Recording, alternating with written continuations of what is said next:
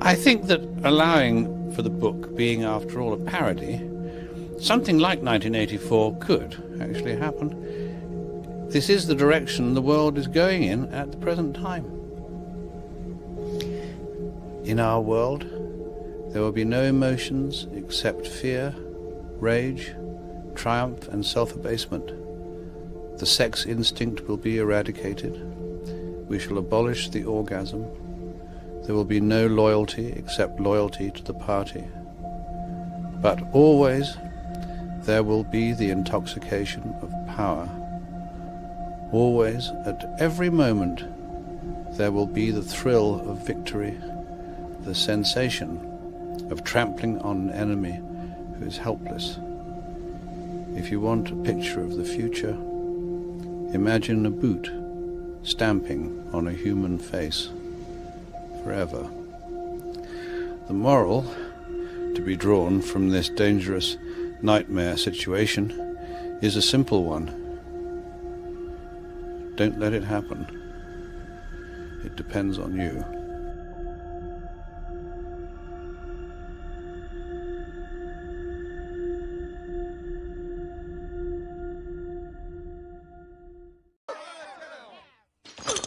You let me down, man.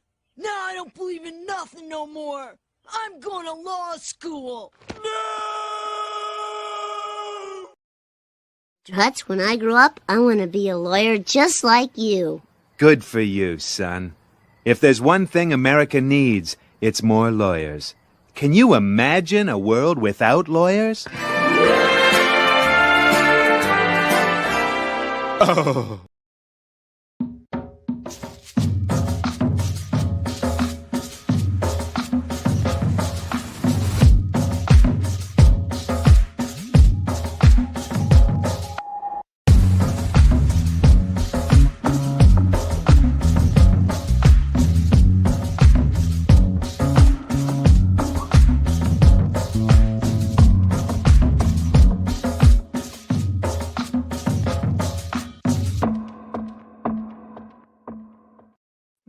What's going on, everyone? It's Nina Infinity. Welcome to my channel on this Wednesday. This is Breaking the Narrative, and I have here with me tonight two very awesome gentlemen. We have here, after a long return, the prodigal son has returned, Mr. Nick Rekieta. What's going on, Nick? How you doing?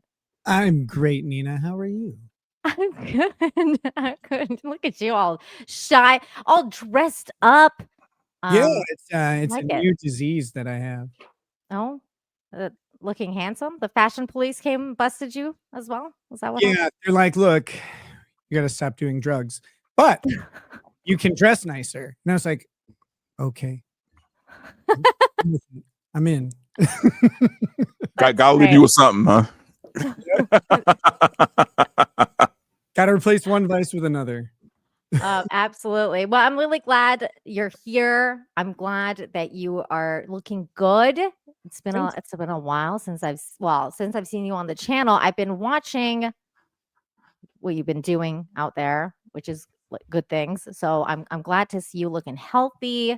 Just looking back to, getting back into the groove. So welcome back. I'm glad you're here. Yay. Thanks. Really happy to be here. I missed you a lot. So I missed you too. I miss talking about all the crazy shit going on in the world. We have so much to talk about tonight. But we also have another very awesome gentleman here. It is Dante. Verbal Riot's here as well. Hi, Verbal. Here. I am happy to be here, actually. Hey, I'm so glad that you're here. Me too. We always have good shit to talk about. Oh my God, so much. And we have so much stuff to talk about. And my God, where should we even start? I think we should start with this thing here, which just popped up on my feed as we were going live. So I'm going to share it with you guys and the chat. It's a song about Kash Patel and his girlfriend. Here we go. Wait, what? Huh. Honey, honey, honey, honey,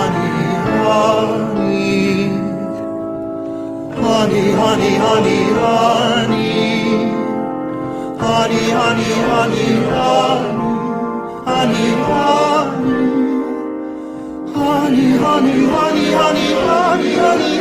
honey, honey, honey, honey, honey, honey, honey, honey, honey.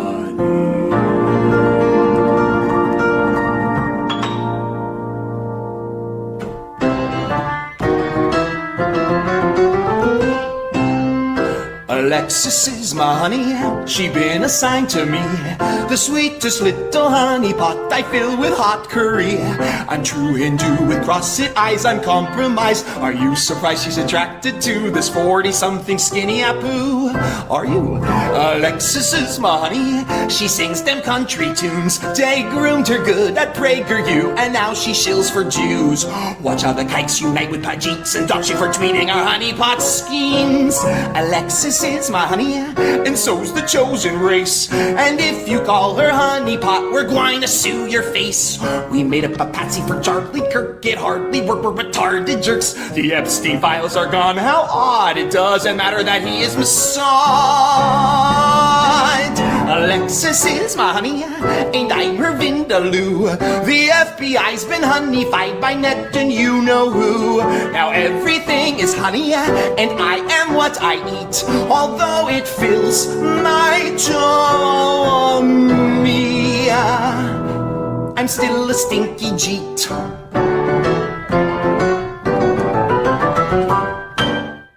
Wow. What just happened? Excellent. Magnificence, virtuosity, all of it. All of it. The man is a genius. This is not. Well done. I am not nearly stoned enough for this. What the hell just happened? My nephews were involved. This is why you love hanging out with me, Verbal. And speaking of madness, my goodness, Low Watermark is here for $50. He says, glad to see Nick here. Hey, Hope Girl. Hi, good to see you, Low Watermark. What's up, brother? Nice to see you, man. Thank you for the $50 super chat. That is that's not cheap. Thank you so very much for that. That'll buy a lot of boxes of cereal. Yes. Not that many anymore. Well, I mean, I don't know. In this economy, maybe That's not true. that much. It'll probably get you 5. My kids are like, Dad, I need gold bars. It's like, fine, I got connections with the nose and everything. But they're like, hey, Dad, we want cereal. I'm like, I'm broke. You can't have it. No.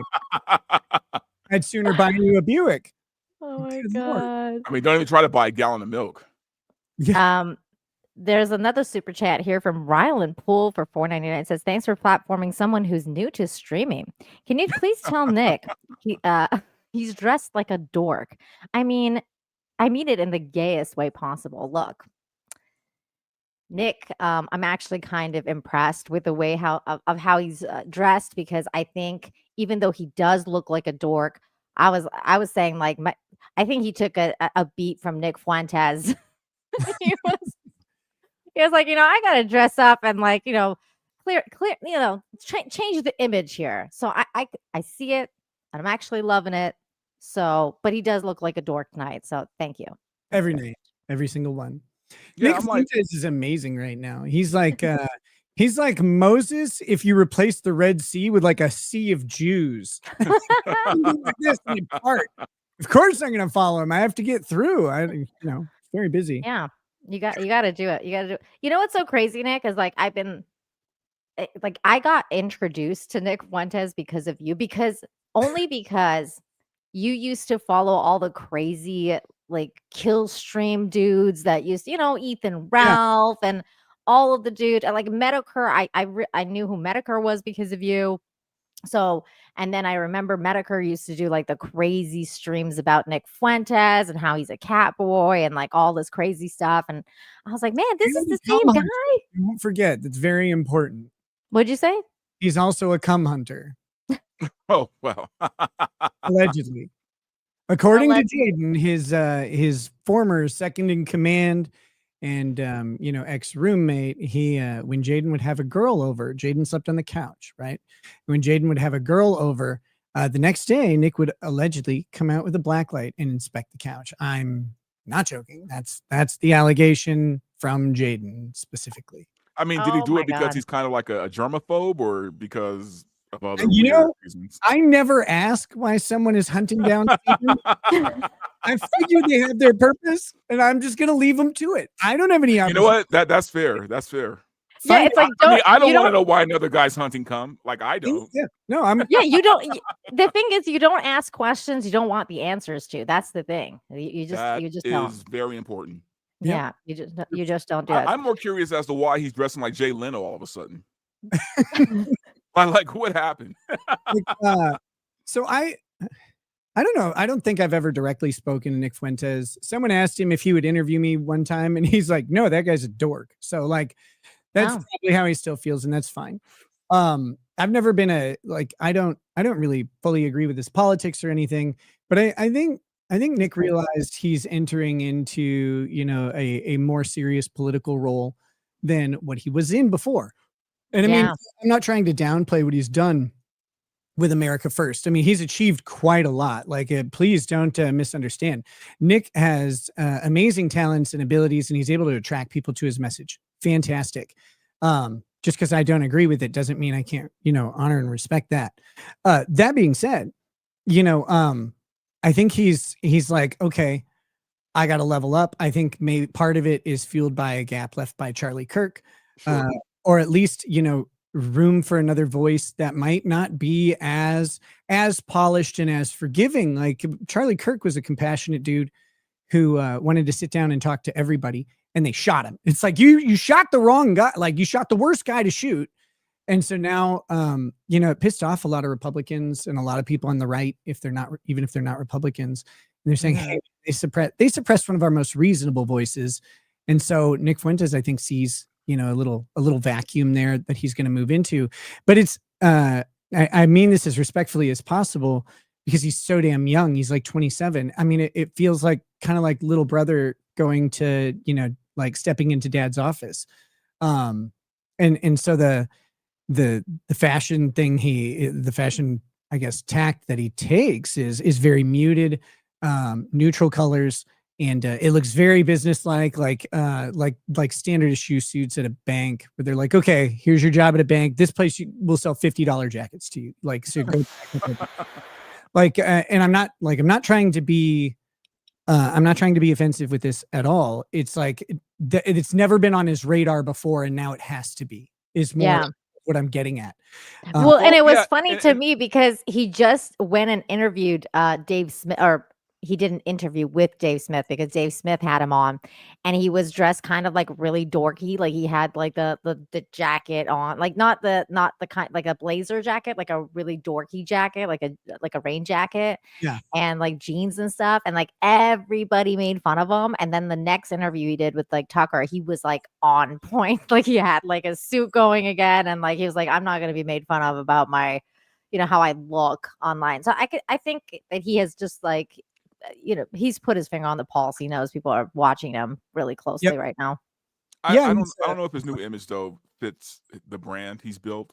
You know what I mean? Like to me, it's like, look, man, I agree. Like I'm not a Nick Fuentes fan. I don't hate the guy. I don't like the guy. I just, he's just there. He's just one of those people, right? But I do know of him, and that says a lot, right? Like I know who the guy is, and I think that for his brand, I don't know if this, I joked about the Jay Leno suit, but it kind of, I'm not, it's not a complete joke. I'm not sure if that's his brand. Like, I'm not sure if the people who listen to him are buying let me sit behind a desk, with my glass of, water and, my rose and this weird image that he's kind of putting forth. Like that is a little bit more, I would think, something that is more on brand with him. But this That's suit the Dave Smith suit, yeah. Yeah, the suit and tie thing is kind of a weird look. So. Like, what is up with these wrist cups on this jacket? Like, well, we better close in. We wouldn't want a little so 90s to get in there. I mean, it's a weird outfit. I mean, no doubt about it. But it's such a 90s, like 90s jean jacket. It looks like he borrowed his older brother's clothes. Like that. That's what it looks like. Yeah, and, although like the denim is coming back. Sweeney, of course, is helping tow that sled into harbor or whatever, and so he's got a denim jacket. I think I would I would wager this jacket was chosen partly because of Sydney Sweeney and like invoking the denim and American look, because it's been very popular amongst the ultra right or the far right or whatever he is. I don't know what to call them. I whatever, but it's been that that ad and the controversy it created very much is popular amongst the right, and it's all denim, and it's like that is such a late 80s outfit. Like I don't even know what to do with it. Threw on some jelly bracelets, it'd be a 1993 outfit, but like for now it's like firmly 1989. No, dude, this is 8th grade 1988. Yep. Yeah, that's why I said like early 90s. Like it really does look like an early late 90s 80s, early outfit. 90s outfit, man. Like freaking Will Smith, remember? Oh yeah, absolutely. I was trying to find his photo with Dave Smith because like they took a picture at this thing, and he's like just like standing with him, and like it was on Twitter, and like he looks like his little brother. Like it's like it just looks like Dave Smith's like his big brother, and they're like going trick or treating. It was the funniest photo I've ever seen. On like literally everybody was dunking on him because they were like, "Oh, like you look so cute, Nick." It was really funny. I think like far be it from me to criticize anyone's look. I don't really like I'm not saying that anybody needs to have a specific look. That's been one of the things that I've really focused on, is like I'm just going to dress how I want with no regard to what anybody else thinks, because it makes me feel good and makes me comfortable. That said, Nick is going for specific messaging, and you can tell in the Tucker Carlson that interview that he kind of leaned away from this look and towards a more professional look.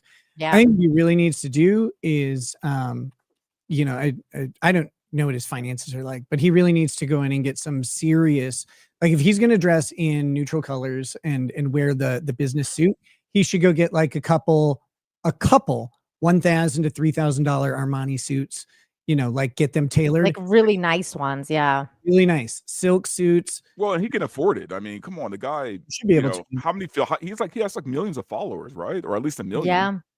Well, on Twitter, he has 1 million. I think he's way more on his own platform now. Right. And there was some alleged fuckery from the government with his finances at some point, but I think that's all past. And I mean, but a lot of his money could be going right back into America First and building the brand. That's true. So I don't ever want to say someone has money or doesn't, whatever. I just think it'd be a worthy investment for him to really like go in, get some custom tailored suits that are really high end material, that'll look nice. They'll have some gloss to them on screen rather than that. I mean, right now he looks like the college Republicans guy. Like that's what he does. Yeah. It's like, okay, you're elevated beyond those guys by so far that you should carry a little bit of the look into it. And if he doesn't want Armani, go get a Hugo Boss suit, right? Like, he should get American Eagle since he likes the jeans so much. Just get yourself a jean suit. But although I gotta say, if I'm American Eagle, Sydney Sweeney is an easy sell, right? That's an easy sell. Nick Fuentes is not an easy sell if you're American Eagle. You know what I mean? It's like at that point you're picking a side. Dude, everybody's calling her MAGA racist, which is crazy talk. So crazy. Like everyone's like, you're a white supremacist bitch. It's just fucking nuts. She has a great RBF though. Like, like all those shots I see of her, it's just like fantastic. It's just like I have no time for you lesser mortals. Totally. It's like I said, she's doing everything right now. Yeah, she really is. Now we should talk about what that song was about though. That I opened the show. I think my brain tried to forget about it because I already forgot what it sounded like, other than honey, honey, honey, honey, honey, honey. So it's about. Wait. Before we get into this, so the news is Kash Patel has a girlfriend, right? Is that what the big news is? That some woman was willing to fuck Kash Patel. Like that's the story, right? Yeah. And not only that, she's a banger. Like she's gorgeous. Yeah, that's the story. The story is that not just that he got a girlfriend, because he could have just gotten, he could have gotten an ugly girlfriend. Sure, He of got course. like the hottest girlfriend. He got like a 10, and everyone's like, wait, what? Like, how did you bag that? Could it be that she's a honeypot? Like, maybe? could it Or be? when you're at the bar and you tell a chick you're the head of the FBI, that's a good sell right there, man. Like, But when they started dating, allegedly he was not. Like He was not yet. They started dating in 2023, and Oh. so even the idea of him becoming the head of the FBI hadn't been publicly floated. Now, it may have been privately floated to him. Hey, Trump's got big plans. He really likes you. But Kash Patel was an influencer with some interesting credentials, right? Former intelligence. He comes out, he's on the right, and he's talking about, law and order topics, like very popular, great recipe for success. There's been several other radio and podcast guys who've done that transition from intelligence to there's one guy I used to listen to all the time. Glenn Beck loved him, hired him for the Blaze a while back. I can't remember his name, but yeah, I mean, that type of guy has a lot of draw because he's got stories that he probably can't tell, but you think maybe he will, right? Like every single show. And you presume that because he was in military intelligence that he knows what he's doing. And you forget that a lot of the guys in military intelligence, they're out by the time they're 35. Or sometimes a lot earlier. These guys are 26, 27 years old, and you're like, oh, well, like you're just an analyst, not to downplay it, but you're an analyst of certain bits of information that are given to you. You're not necessarily like Renaissance man over here. But the thing with her though is that like I didn't know anything about her until like a couple of weeks ago when he made that first tweet where he was like, leave my girlfriend alone. Like he was, I don't know what he's saying, but he was just going off about it on Twitter. And I was like, this is so unprofessional for the head of the FBI to come and be like, my girlfriend, you guys are like picking on her. Just stop it. Just leave her alone. And it's just like, dude, are you in middle school? Like, what is happening? You're the head of the FBI. You should not be making those kind of statements. And then, fast forward a couple weeks later, here we are now she's suing content creators, including Elijah Schaffer. I think Sam Parker is another one, and I don't know who the other person is. Nick, do you know who the other person is? I don't remember the name. I remember Elijah because he's my friend. With him for several years now, and he's always been a really good dude to me. And again, he's someone who I don't agree with all of his views necessarily, but he's always been very upfront about those views, and he is who he is, and that's hard to like not like. Oh, people are saying she got him the job. Could be. She's a PragerU, like the crazy thing was I was listening to Candace earlier, and she was saying like, oh, I don't know about her being a Mossad agent, but I know her like whole family is like very big into Freemasons. So I was just like, oh, Freemason guy, like that's her girl, Freemason girl. That's interesting because I mean they have even if it's just rumors though, man, the last thing you want if you're the head of the FBI is for your girlfriend to be accused of being like Mossad, right? Like I think even if it's fake, even if it's wrong, it's a bad look. I think it's the next to last thing you want. Sure. I mean, it's up there. It's up there.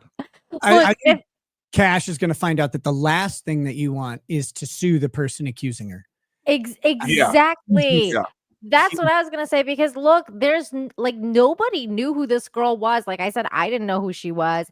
And now there's this thing called the Streisand effect where like that song just came out that we played. And like everyone is now going to think that she's a honeypot because you said what you just said. It's just like the whole thing with the Candace Owens, like going crazy about, what happened with Charlie Kirk's assassination. Like, it's like when Netanyahu came out, like literally like within, I don't know, hours of this event happening and being like, look, guys, Israel had nothing to do with it. Okay. And it's just like, bro, nobody was looking at your direction. Like nobody cared about you. Nobody was saying anything. And you're like, no, it wasn't us. And it's just like, oh, okay. Let's listen to what you have to say. Look, nobody loves a good conspiracy theory like this guy. Okay. Like I love conspiracy theories, but the worst thing you could do is feed into it, right? Like you can let people think what they want, but once you start like buying into it, once you start getting defensive, you've already lost. You've already lost because now it doesn't even matter if it's true or not. So it's kind of funny because to me, because I've met Cash. I was on Tim Pool with him, and we had a really good time. He was really nice. We did the show, and then afterwards we sat for a little bit drinking some whiskey and just telling some jokes. He's a good time. Nothing against him. But like in my headcanon, he was like a mix of himself and Aziz Ansari. So he was like a little more handsome, right? And now that this lawsuit's out there, I'm like, bro, your eyes look like a divorced couple sleeping in the same bed. Like they're in different counties. What are you doing? And like he does look drunk a lot, right? Like I thought it was just me who saw that, but I saw that the first time they released his photo, like his real, like the photo that they were like, this guy is going to be the head of the FBI, and it's like him going like this into the I thought he was coming off of a bender, man. I was like, wait, what? It's like pick any other picture, just any of it. Yeah, like anything else, like retake it. It was so bad. So I did pull up this thing, which I think we should watch this. I know it's a little long, but I think we should watch this because this is coming up from Elijah's side of the story. Now, I guess before we get into it though, Nick, do you want to kind of like, I think you covered the case a little bit. Do you want to maybe explain to the people a little bit about what it's going on, and what are your takes on this $5 million of this? This is insane. The first take is that this is a very poorly constructed lawsuit, and it's ill-advised, ill thought through. It's a big problem. Now they may be able to clean up some of this with an amended complaint or whatever, which they often give you your first amending of the complaint for free. This is a 12-page lawsuit alleging $5 million in damages. Now that, you don't have to have like this overly robust thing, but you'd think there would be more facts establishing $5 million of damage, especially when you get into the facts of what was done. What Elijah Schaffer did was he retweeted this guy who talked about Mossad honeypots, and retweeted that and attached without any caption or comment, and this is listed in the lawsuit. No words were attached to it.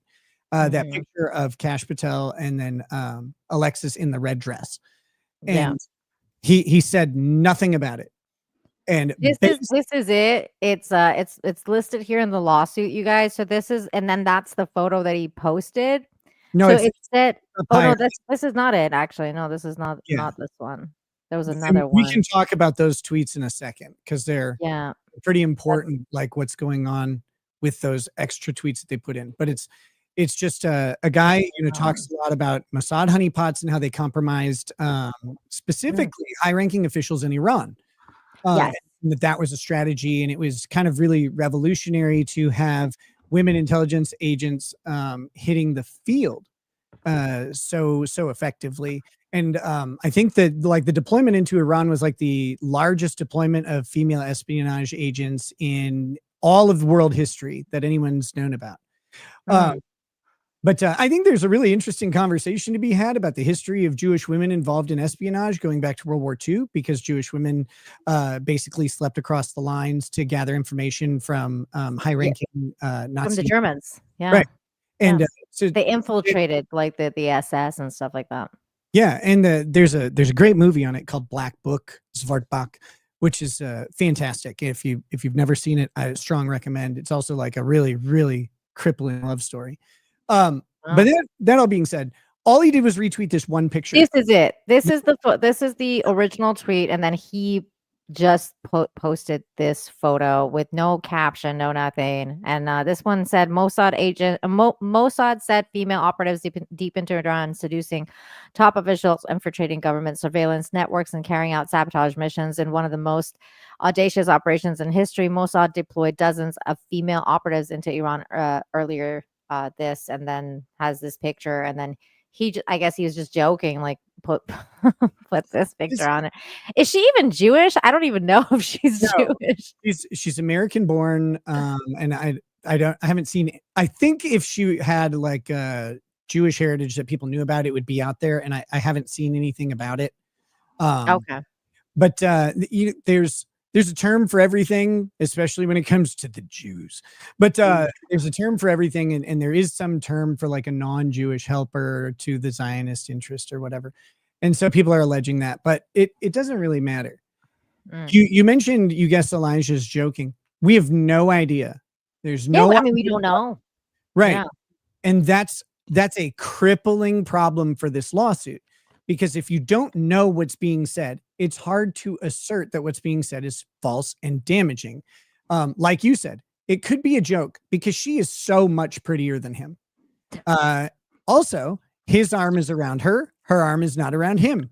Very funny, right? Like, but see, the reason why I think all of this is sus to everybody is because she's so hot, right? Like, if she wasn't as hot, none of this would be sus at all. Like, we wouldn't even be questioning if she was a honeypot, right? It's only because she's hot. Somebody had posted a picture of Mom Donnie's girlfriend and was like, "This is why nobody." Like, right. Next to her. No one's accusing her of being a honeypot, right? Right. And that's so mean, but I mean, so funny. Call spade a spade. That's the thing. That can be a very funny joke. That doesn't actually mean she's a Mossad honeypot, but the joke can very simply be, she must be so honeypot. She has to be. Right? And so I mean, how else? There's no other way. There's no there are several other like background problems with this. The law firm that's running this is run by a guy named something Binnell. I don't remember his first name. Binnell is the lawyer, or Binnell, and he is the former head of the Kash Foundation. So he is a close associate of Kash Patel, and the law firm that's representing her is closely associated, if not directly run by Kash Patel or, people acting in his interest. So this starts to look really quickly like a proxy lawsuit from the government going through a private citizen to suppress the First Amendment rights of someone that they wouldn't otherwise be able to say anything about. Because the government can't come after Elijah and be like, you can't say that. Like they can't do that. But if a private citizen sues, then it's a private citizen's rights that are in question. And you don't have to win a defamation lawsuit to make them really, really damaging to someone. Like, they cost a fortune. They take a ton of time. They're very stressful. So this looks kind of like it could be that as well. Go ahead. I mean, he's alleging a lot of stuff, and that's why I wanted to post. I wanted to play the video because he's kind of going off here. He's dropping a lot of bombs, figuratively, obviously. This is crazy. So let's listen to some of this, and then we can comment. If you need to comment during it, just let me know, and I'll pause. Currently, $5 million that I don't have richer than I could be pretty soon. Thanks, guys, for inviting me on. Have you seen this one, Nick? Have you seen this clip? Oh, okay. So this is good. I really appreciate it. And oh boy, do we have some fun coming up here. The director of America's, and by the way, by America, I mean the United States of America, the most powerful empire in the current world and in the world's largest law enforcement agency, most powerful and widespread national enforcement agency, just opened up his personal devices to discovery. Oopsie. Yeah. So this isn't good. This isn't good for them at all. In fact, he's opened up quite a bit his social media communications on official government accounts too, because he was just got caught using a $60 million jet from the FBI to go to his girlfriend's. That's what it was. That was the tweet. Okay, go ahead. Okay, I just want to clarify something. He hasn't necessarily opened up his personal devices and his personal communications to discovery. What he has done, or what they are doing, is definitely communications that she has with him that are in her possession are for sure. Those are open to discovery. And in fact, communications that she's had with just about anybody else, especially if the name Kash Patel is mentioned, if director of the FBI, if any American policy questions are mentioned, depending on how they word the discovery request, and the discovery demand from her, they can get very, very specific, but also be very, very broad in how they probe into her communications. And that is a huge risk because Kash is in control of his own stuff, right? But you're never fully in control of someone else's communications. You never fully know what they might have said in some sort of, even in a harmless way that can be taken out of context. And Kash has a real problem here because if there's anything even remotely compromising in those texts, it makes Trump look bad, which means Kash is going to have to go. Like if this lawsuit goes on, Kash is going to have to go. They cannot have a sitting director of the FBI enwrapped in a petty civil lawsuit that's going to expose communications of his girlfriend to maybe other men, right? Like I honestly think my question really quick, Nick, is yeah. So then why would he do this? Like what was the point of this? Like why would he even risk sometimes people get mad, man. Like that's the best explanation I've got. Sometimes people get mad and they go, "Oh, I'm gonna squish that little motherfucker," right? Like you get upset, you don't think about the consequences. So this is all about being butthurt, like that he's willing to risk it all for that.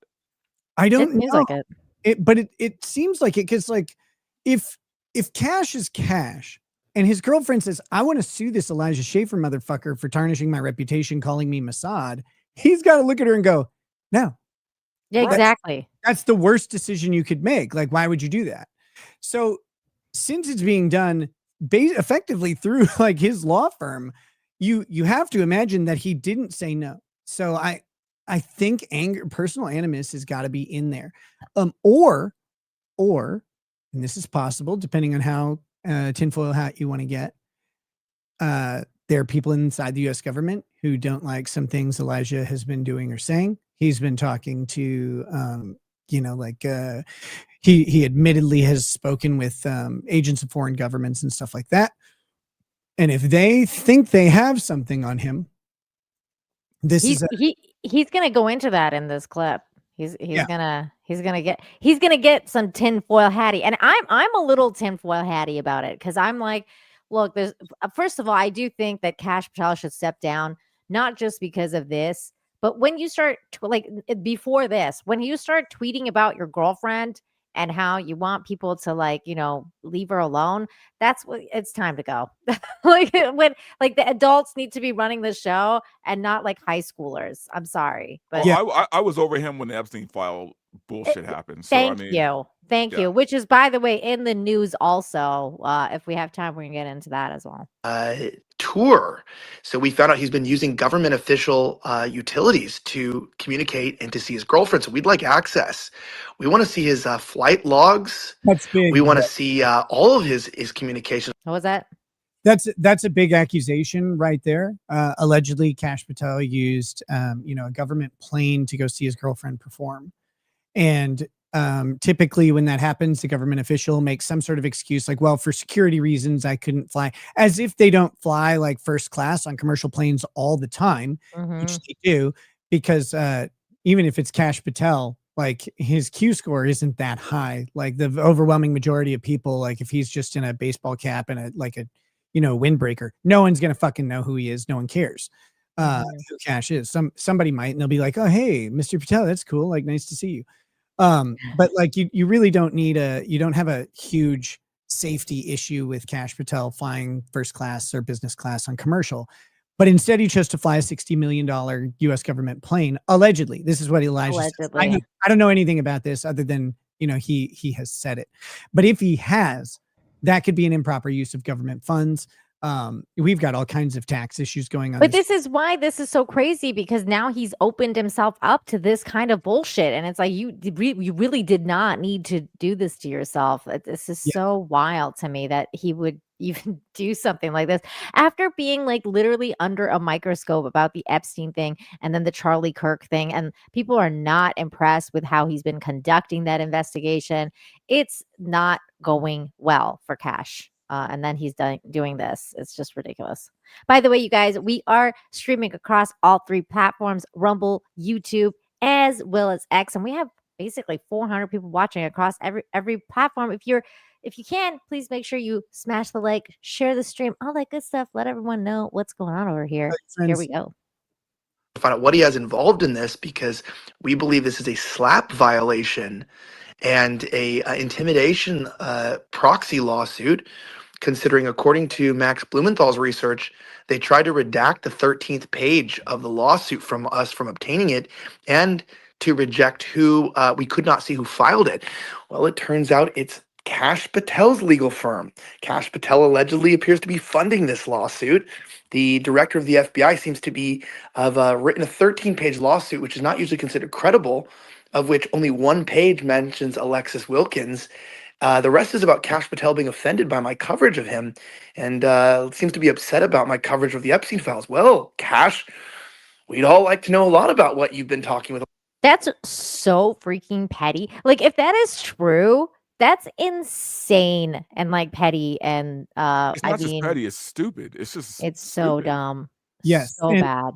And this is laid out. So the first part of the lawsuit, they hit on this picture, and I never really, I guess, alleged it, but or like stated what it is, but they're suing that picture is defamatory in some way. Defamation by implication is possible. You can imply defamation, because the Supreme Court really didn't want people to be able to say, well, in my opinion, this guy is a child molester, right? Like over and over and over. And it's like, well, you're in the same room as a woman and she was raped, therefore, like that, they don't want defamation by implication to slide. Oh, it's not a fact statement. So it is possible, but there's no statement attached to the picture, and that makes it so difficult to defame someone when you don't actually know exactly what the person is saying. So to round this out and try and bring it home and try and show you his defamatory intent, what they do is they include several tweets of Elijah's about Israel and Zionism specifically, even though those are completely detached from this allegation about Alexis. And that is that goes to a different question. What are you doing here? What is your purpose here? Are you mad that Elijah Schaffer is critical of U.S. foreign policy in Israel? And it starts to look like that more than this accusation that she's a Mossad agent. Plus, when you look at the lawsuit, one of the other real problems with it is they openly state that Elijah posted this picture after she had publicly denounced the conspiracy theories that had been invented by other people. So Elijah is not the genesis of this claim. He's coming in months and months later, not only months later than the claim, but months later than her saying, no, I'm not an espionage agent. Like, right? Like, which you inherently can't trust that answer, because she can't say she is. So you have this problem where Elijah's not the originator of the claim. So how are you going to say that he caused her $5 million in damages when the claim was already out there and she's already publicly addressed it? Plus, once you publicly address something, you become what's called a limited purpose public figure. She may already be a public figure because she's everybody does this in a defamation lawsuit. They write down how fucking cool they are, like to tell the judge, like, no, I'm super popular and everyone loves me. It's like, well, now you're just making yourself a public figure. And that's a huge mess, because it raises the burden from negligence to something called actual malice, which means Elijah has to know that the statement he makes is false or have reckless disregard for the truth. Reckless disregard is really hard here, because you can't trust a denial from anybody, because if she's a secret agent, people who are denying may not even know, right? Like, so, but they don't even know what the statement is. So we've already. Do you know if she, I should say, is suing the other two people for also $5 million each? Or do you know if it's like less, or is the same amount? So this bitch is going after these guys for $15 million based on being called a honeypot. What the hell, man? How is this even I was called real? honeypot. Like, damn. I mean, why am I not being accused of being a honeypot? Damn it. I gotta sue someone. You're a honey. Does that work? Yeah, but Nina, you're not trying to lure anybody, right? Like, that's the whole point of the honeypot, is you have to lure them in. So Yeah. I've seen her smiling ways. now, if you wore that dress that Sydney Sweeney wore to that award show, that see-through one, you'll probably, That's true. then we can call you a honeypot. look at Krigler going off. Was a honey. Krigler's it was a honey. Former male model. We was honey. Okay. Okay, now here's a really messed up question, and I probably shouldn't even be asking it, but does her stock go down because she's fucked Kash Patel? Yes. Yes. Yeah, 100%. Okay. I absolutely. I mean, so what would normally be a 9 or 8 drops her down to like a 7? Is that what we're saying here? Look, I'm not gonna. I don't know how else to say this. I used to work at Circuit City. I worked in the music department, but then I sold computers on commission for a while. And when an Indian family came in, it smelled like curry for the next several hours. I'm just saying, I don't want to go down to what you're saying is stand, and I'm like, no money for me. No curry, nothing. No, thank you. oh boy. All right. Alexis, about the Epstein files. We'd like to know a lot about your communication with others and proxy, including with PragerU. We'd like to know PragerU's involvement with the FBI. We have a lot of questions. I've retained one of the most expensive and incredible legal teams in the Circuit Florida court. You thought we didn't have money. Who do you think was paying for Riff TV with 14,000 subs? You thought I was paying for it with AdSense money, buddy? You kind of messed with the wrong guy. And I say this very funny because Kash, we don't have the FBI's budget. But you're not involved in this, are you? So we're gonna find that out. So we don't have to worry about the FBI, right? Right, Kash? She's a private citizen who has a modest salary from the PragerU, which is run by a former IDF soldier and a extortion criminal sect of the IDF that, of course, she was a part of it, played no role in the criminal activities, and founded by a Zionist Jew who has dual loyalship to Israel. But she's not loyal to Israel. I wouldn't suggest that. That's not something I would suggest. How dare I suggest that even though you work for a Jewish front organization as a representative run by a Jewish soldier, by a dual citizen Jew who said that we have to support Israel to support America, I think you're an exception. So how dare you suggest that I had ever suggest that you had loyalty to Israel? That's not cool. Also, very un-Israeli, very un-Jewish to sue people for posting pictures without captions. Very Christian, very Western, very... That's freaking hilarious. Typical of American prodigy. And also, we don't live in a caste system, Kash. I'm not, just because I'm not the FBI director doesn't mean that I don't have the same resources you do. And it doesn't mean that I don't have the same access to the same people. I have the American public on my side, Kash. The American public is tired. The world. Yeah, you know what's crazy is Kash Patel did have the American public on his side. When he was basically when the Trump administration got elected this round, and then they were like, "Oh, we're going to be the most transparent administration. We got the Epstein binders. Check them out, guys. We got that list is coming." No, it's a hoax, guys. Get out of here. What? What list? Who's Epstein? What? I feel like the reputation and the lore of the FBI is kind of gone now. You know what I mean? Oh like there was a time when gone. FBI meant something. You know what I mean? Like Johnny Utah, I am an FBI agent. Like that meant something, right? Yeah. Like Mulder and Scully, like the truth is out there, man. Right. It meant something. And I bring this up only to say I feel like I don't have the confidence in the FBI I once had. Like I don't feel like there's anybody competent at the FBI right now. Like right now. Like I don't have that confidence anymore. And I'm trying to pinpoint, when did I lose confidence in the FBI? Well, when it became obvious that the American law enforcement agencies don't have the American citizens' interests at their core.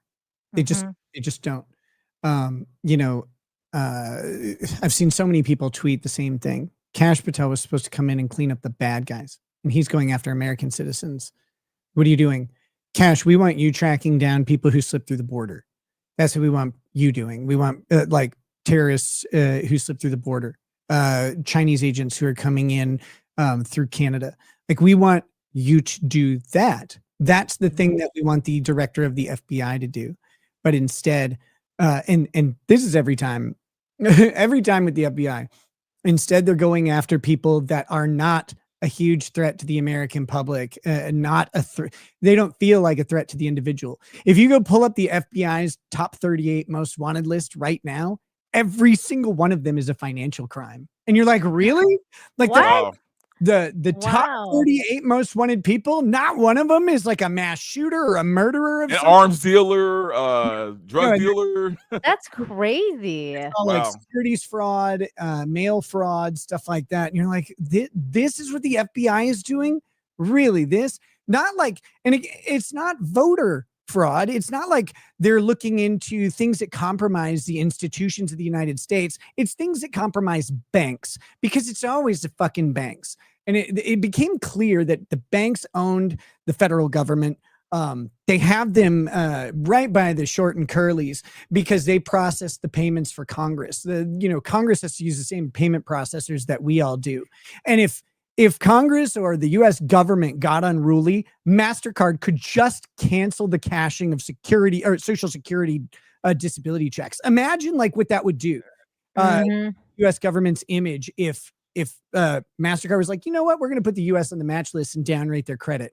Holy shit, you're done. Like they can literally disrupt the global economy in one move. And the American government's terrified of them. And so, the FBI just becomes an enforcement arm of banks. And if you start talking out against any of this, ask Nick Fuentes. Suddenly your assets get frozen. I was just gonna say, we were just talking about the guy this happened to, freaking Nick Fuentes. Yeah, it's crazy. Doesn't run the way you think it runs anymore. You can't pair up with a PragerU commentator. We don't really respect the FBI. We don't take the FBI very seriously. No. Also, Cash, I've been under investigation by your FBI for 4 years, from 2021 to 2025, for espionage. You guys harassed, almost killed my neighbor. This is My crazy. producer who's with me, he just got exonerated by Trump with facing 5 years Me from the too. I've FBI. heard the same shit. Really, there you go. We just got our devices back. By the way, Cash, the FBI also combined an espionage charge with me, which I've been very silent about, but I'm going to start going vocal about all the way the FBI has committed crimes against me, of which you refuse to prosecute any of the agents who were involved. This is crazy, right? Like Wow. this is nuts. I mean, it's clearly becoming one of those things where this guy really has, like, he's got a bone to pick with Elijah, and he's just been going after him because the more stuff he's saying, it just seems like this is not about like him posting a picture of Cash and his girlfriend. Like this is way more complicated. But this is the kind of stuff that makes people lose faith in these institutions, man. True. Like, we're sitting there watching this play out like a fucking soap opera, right? And meanwhile, criminals are still out there, like nothing's being done, and we are paying your bill. We are paying your paycheck on top of that. Yep. And the full disclosure, if people don't know, I'm friends with Elijah Schaffer, personal friends. So I am biased towards him in this. And I'm also biased towards free speech, and I'm biased against government intervention in our lives. And I think this looks like a proxy suit by the government. So all around, like I'm biased against this suit. So take all of that and apply it to everything you hear me say.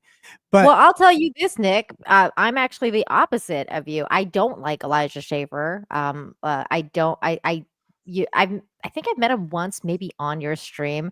But since, like, I've had. I just don't like his takes. I just don't like his. Like, there's just a lot of stuff that goes on behind the scenes with him that I'm not a fan. Let's just say that.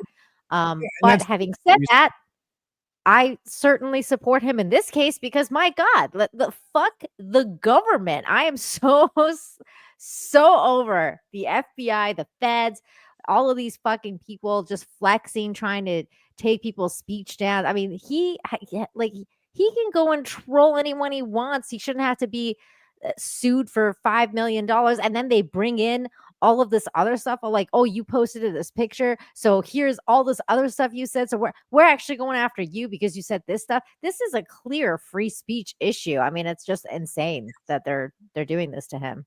And Yep. And I don't know how solid the case is against the other people though, but against Elijah, it's shit. I don't know right. the other cases. And the reason I said all that though is to say this.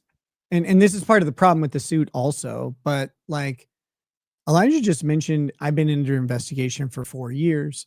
Mm-hmm. You know, what's going on? What is it? Is there something that they believe Elijah Schaffer is doing in in his work or in his personal life that merits extra scrutiny, and that's why they've been looking into him, whatever.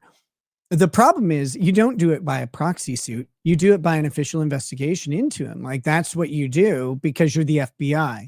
You don't do it this way. You do it the proper way because the proper way has controls on what government does to a private citizen and how they obtain information. I mean, this is an end run around things like warrants, because they can go after Elijah's communications and discovery as well. Yeah. And there are potential serious Fourth Amendment implications here because the girlfriend of the director of the FBI is going to be trying to get these communications from Elijah. Now, what if she just happens to leave her computer open and Kash Patel starts going through these conversations without a warrant and without proper cause? For the non-Americans, can you explain what a Fourth Amendment issue is? Sure. Your Fourth Amendment is your freedom from unreasonable search and seizure. Okay, so in your person, in your papers, in your effects, in your property. So the cops can't come into your house. They can't pat you down. Like they can pat you down sometimes, but they can't like reach in your pockets without permission. That permission is probable cause, which means that it's more likely than not that they will find evidence of a specific crime being committed when they conduct the search and in the place where they conduct the search. And then the other thing they need is something to fulfill the reasonableness, which would be the warrant. Like a warrant when I got searched, and they raided my house, they had a warrant to search me. They had a warrant to search my house. They didn't have a warrant to search my cars, so they couldn't look in those. But warrant is one way to do it. The other is some valid exception to the warrant requirement. If you're driving on the road, they don't need a warrant to search your car. They just need probable cause. And there's some other stuff. But for Elijah and going through his phone, for example, you would need a warrant to do that, or you would need a warrant to wiretap the phone for future communications. With this, they might just stumble across some stuff that they wouldn't have otherwise been able to get. And that's a massive violation of someone's rights. And it's an improper use of civil courts to pursue criminal aims. And like you said, as they add in all these other tweets, it really starts to look like somebody's been watching Elijah. They don't like what he's saying. And if you think that's too far of a stretch, guys, during my own personal legal struggles, there was a moment in chambers, so not recorded. I can't prove it. There was a moment where the other side said in front of the judge, "We just don't like what he says online." Wow. This is involving the custody of my children. Okay. So I had government officials stating that they didn't like what I said, and they were using my children as the mechanism to leverage that against me. But again, they didn't do it in open court. They didn't do it. If you think that it can't happen to Elijah, it happened to me. Elijah talks much more politically than I do, and on a much higher level and a much more inflammatory manner than I do. I just say that all politicians should be hung at the end of their terms, right? Like, but Elijah, oh my God. Like Elijah goes, I agree, much deeper into American and international politics, and so if you think it's crazy to think that he's being monitored and watched by the FBI, it's not crazy at all, especially because Kash Patel is a former competitive colleague, right, as a podcaster. Correct. So yes. Let me ask you this, Nick. So we've already established that if he goes through with all this stuff, it's going to look very bad. He can lose his job, the whole deal, right? Even before this, though, to your knowledge, and only to your knowledge, has there been any whispers that they've been looking to get rid of this guy anyway, and like this could be used as an excuse to finally get rid of him? I don't run in these circles. I'm not super into conspiracy theory, and my like interest in US politics is pretty much just reserved to Trump saying funny stuff. Right. And so like I've kind of pulled back from all that. I haven't heard anything, but my feelers are not in those channels at all right now. Like, Okay. Because I mean, I'm curious as to, have they been satisfied with him? Have they been happy with him? Or is this like a good reason just to finally get rid of him? I know that, that's a really good question. Now that you bring it up and I start to think about it, he is a perfect patsy for the Epstein bungle. Yeah. Right? And maybe this is a way to get him out without, and save face. And Trump can just say, look, Kash has some personal issues going on. We need our director of the FBI to be free and clear of any of these charges, and we're going to let him go. We're going to let him go. Yeah. Maybe he'll buy a gas station, maybe 2, maybe 3. Sure. Maybe you'll get a cookie, Bart. But oh my God. You can imagine that if the administration is looking to blame someone for the bungling of the Epstein thing, Kash has a very public statement. Epstein definitely killed himself. Like he's like wide-eyed and along. You can feel like the AK-47 pointed at his face as he says it. And so he becomes an excellent patsy and a nice way for the administration to distract that away from their own stuff. Well, I'm gonna say just I don't think Kash is that guy yet, just because of what Trump said earlier today about how we need more foreigners in America and how HB visa is so great. I feel like that, I don't know. He's sticking up for his Indian buddy a little bit. So I was like, that's an interesting statement. He's programmed several AIs into the FBI already. Can you imagine? Oh my God. Okay, let's keep going so we can finish this out. In criminal activity that you condemned when being asked to be appointed, and in your hearing, when the espionage, when you guys put a wiretapping charge on me with espionage for letting you guys know voluntarily that Ray Epps started the January 6th riot, when I turned over evidence to you to help my country to voluntarily find out the individuals who started the January 6th riot, you refused to investigate Ray Epps, refused to arrest Ray Epps, and instead launched an espionage terrorism investigation into a private journalist, myself, and stalked me in my house, got a no-knock warrant to where I had to give all of my devices into a safe house, into a legal fund, and I had to give over all my property and bank accounts to a trustee, and I had to leave my house and go into hiding because you guys were going to bust open my door with my wife at home because I told you who started January 6th. And you know who's involved in that. We all know the officers involved in that. And you've promoted them. You've given them places of safety. And these stuff's all going to come out in court, buddy. If you want to keep going through with the lawsuit, we can show you who you're harboring, who you're hiding, what's going on. And let's not get into the rest of this. I mean, I'm going to rest my case here. But how about the fact that you guys you guys broke international law through the International Criminal Court? How about this? And you guys went ahead when the San Bernardino shooting happened, and the Islamic terrorists went ahead and went in and murdered people in a office building. And Apple in North California refused to hand over the password to their iCloud, and you guys were unable to get into their phone because it was considered unconstitutional. You combined the Patriot Act and the accusations of me being in January 6th as a domestic terrorist with the accusations of espionage and wiretapping based solely off of a picture that I took in the Capitol that was under my own private license, which I have with your sergeant of arms. I was cleared by the FBI, Kash. You guys gave me a security clearance in the Capitol building that I was lawfully, willingly in the Capitol, which is why you never arrested me, because you couldn't arrest me. So you couldn't charge me with being in an unlawful area. So your FBI that you direct decided to go for a espionage charge to try to get me as a spy and a terrorist, which you're now saying I'm accusing your girlfriend of.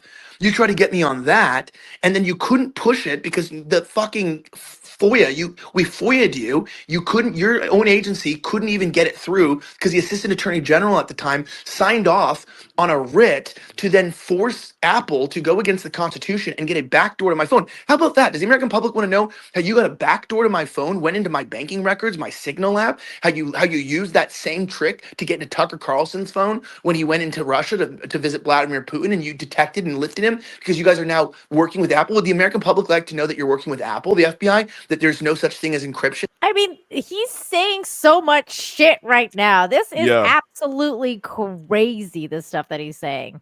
And the thing And that not we learned surprising at from, all. the thing that we learned from Edward Snowden is everything Elijah's saying is almost guaranteed to be true. Exactly. Not a single thing is shocking here at all. The San Bernardino thing was crazy. They're like, we can't do it. We can't do it. We can't do it. And then like John McAfee's like, give me the phone. Like I can have that thing hacked open in like an hour. And I know the FBI can do it. And then all of a sudden the FBI was able to just open the phones. Like, you know, they tried to pressure Apple. Apple said no. That's when Apple changed to fully end-to-end encrypted chats on all of the Apple Talk and FaceTime. Everything's end-to-end encrypted, they allege. The NSA had asked for a backdoor. Apple said, nope, we don't even have the ability to make one. I don't believe that at all. But every single communications company, I believe, is basically compromised except for Signal. Agreed. I trust Signal. And you know how you can trust Signal? U.S. Congress people and intelligence people use Signal. I did not know that. Oh, good. That's good to know. That's and yeah, there was that big scandal. It's good to know for my honey potting. If I'm ever gonna go honey potting Nina, around, I'm telling you, you have a career. it's true. You have a career. I mean, you can do it. I believe in you. I gotta do it. On their iMessage, on their FaceTime, that you guys have a backdoor into everybody's phones. Maybe people would. Wait, what were you saying, Verbal? No. I was just gonna say, you know, we'll talk later, but you know, you got to plan your mark. You know, I'll set it all up for you. Okay, perfect. Like to know these things, Kash. And I've been very quiet. I've been very, very compliant. I've been working with your agency. I've been very, very peaceful, especially after the Attorney General currently decided to Kash Bondi to get rid of my espionage charge. I've been very nice to you, but I just don't think you wanted this fight, and you guys are very foolish. Very foolish. This is very foolish. dumb. Considering the fact that you guys don't know the kind of people that are willing to pay for my legal fees. You guys don't know these are the most intelligent, wealthy, and very, very helpful people in the world that hate government corruption. They hate what the FBI has been doing. We are sick of it. We watched them raid Mar-a-Lago. We watched them hold Melania Trump essentially at gunpoint. We watched them go into our president's private residence. We've seen what's gone on. And for the last 4 to 5 years, we haven't been bullied. We haven't been intimidated into getting vaccinated. We've been intimidated into getting your vaccine cards, digital IDs, all the other bullshit. And now you're going to let your girlfriend over some pussy. You're going to let your girlfriend use your legal team to open you up to discovery. The director of the FBI has opened himself up to national discovery of private communications over a girlfriend. I'm sorry, by the way, who people have said, well, she's a private citizen. No. Kash, you said she's an international music star. You've said she's a world-renowned country music sensation. So he did say that. And I was like, who? Yeah, I've never heard of her. What? Me either, but that's a really dumb thing to say. But you know, there's a picture of her performing in front of like a huge crowd out there. And so she must be some level of notoriety. I just never have heard of her. But that being said, are you like a country music fan though? Because I feel like I'm not a country music fan, so I wouldn't know. Anything past 90s country, no. You know, like I don't know. Let's ask the chat. The chat, are you guys familiar with this? What's her name? I forgot her name already. Alexis Hawkins. What was it? Alexis Hawkins. Oh, Alexis Hawkins. Are you guys familiar with Alexis Hawkins's music prior to this whole situation? Prior to Kash Patel crying on Twitter about how, leave his girlfriend alone. Prior to that, anybody? One's in the chat. If you're familiar and you're like, yes, she's my girl. I love her music. One's in the chat, two's in the chat if you've never heard of her and you're like, who the fuck is that? Two in the chat if you've never heard of her. There's one other thing I wanted to say about the prior stop, and I think I've lost it. But damn it. I mean, she is sounding more and more like an op. Yeah, I mean they've made her sound like one completely, even if she's not. I think just Elijah talking about, because this has become the new target from guys like Will Chamberlain, and like very much established pro-Israel Republicans are going after Elijah now, like almost like it's kind of like in lockstep, organized, like they're after him. But Will Chamberlain is like, who's funding Rift TV? Do you have to register as a foreign asset and stuff like that? And they say that because of things Elijah said, and it's like, okay, to be a foreign agent, that doesn't just mean you're a member of the press who's talked to a foreign government. You have to actually be acting on the government's behalf. And just because I don't know where Elijah gets his funding, he's implying that his funding is coming from somewhere else. But just because one might get funding in another country does not necessarily mean that funding comes from another country. It might, we have Americans who live all over the world, especially wealthy Americans, and their interests may be in living in a warm climate or whatever. It doesn't necessarily mean they're specifically foreign agents or foreign assets. But Will Chamberlain and other guys are going after Elijah really hard on this, and it's like it almost looks coordinated. The messaging is but they do coordinate though. Those things are all coordinated. None of that is organic. They're all in group chats being like, oh, this is our new target, we got to go after him now. I mean, come on. The other thing I was going to say was about the January 6th stuff, and like Elijah was talking about like being targeted by the FBI and having to flee the country and stuff.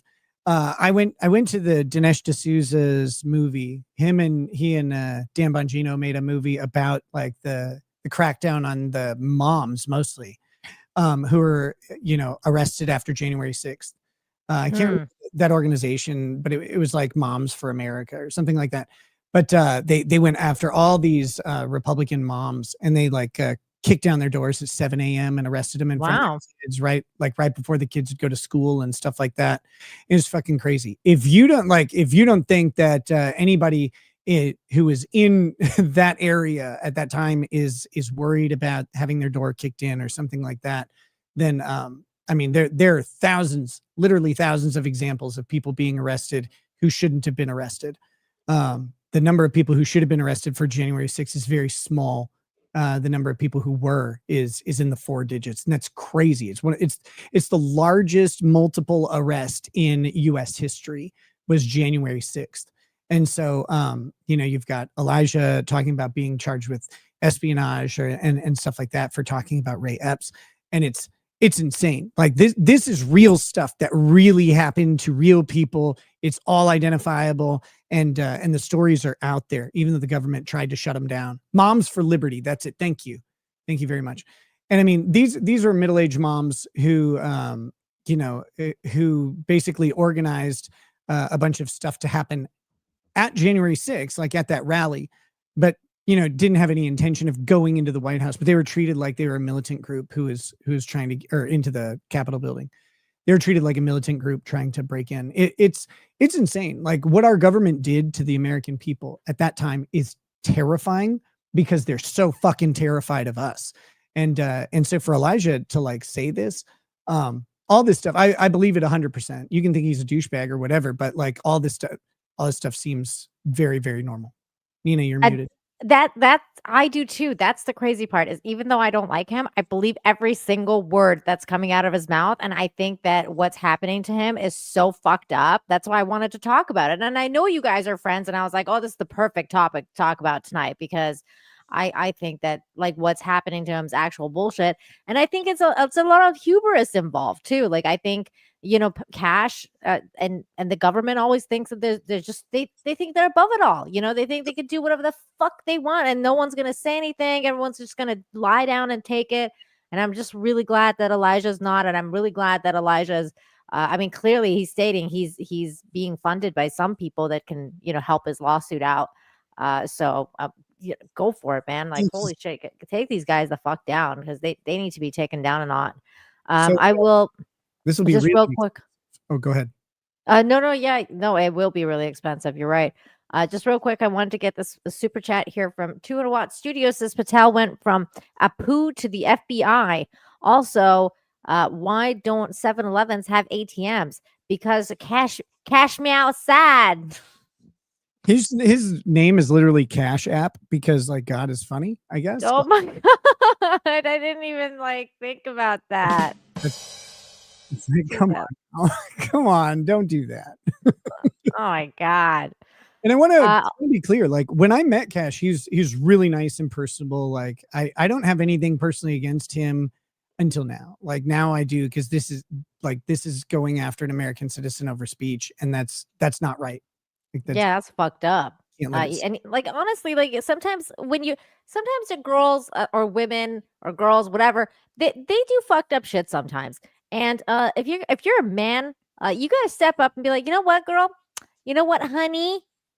You're not gonna do that, honey. You're just not gonna do that right now. You're not gonna put my name out there. Right now, I'm under a lot of fire for the Epstein thing. You should know, because you're around me. You're my girlfriend.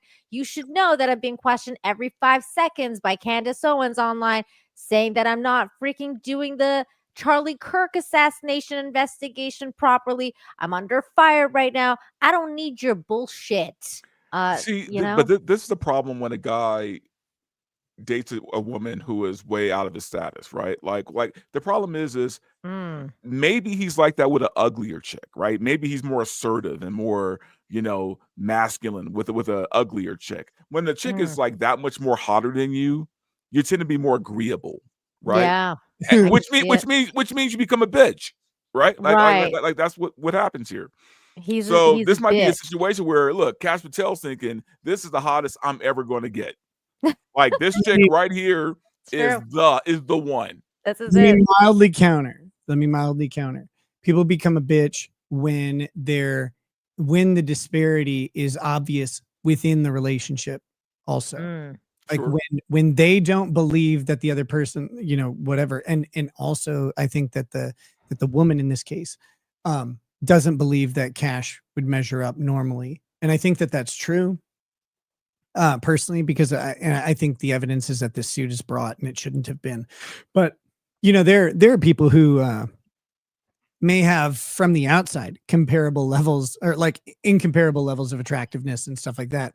But then you find out like Carmen Electra, right? Like Carmen Electra was attracted to some fucking bunk dudes. Like she was. And you find out like she was into like kind of chubbier guys and stuff. It's like you're one of the hottest women on the planet, and dude, that's like Sydney Sweeney right now. She's dating Scooter Braun. I'm like, what the fuck, girl? Like, get the fuck out. Run. There's like 900 million reasons to date Scooter Braun, though. Like, no, there is not. Dude, fuck. Like, he owns the original Taylor Swift discography. That's crazy. Yeah, that's correct. True. I know that. And she fought him for it. And he's also allegedly the guy that groomed Justin Bieber and stole all his music. I mean, the guy's a nightmare. And she somehow, she has bad taste in men for sure.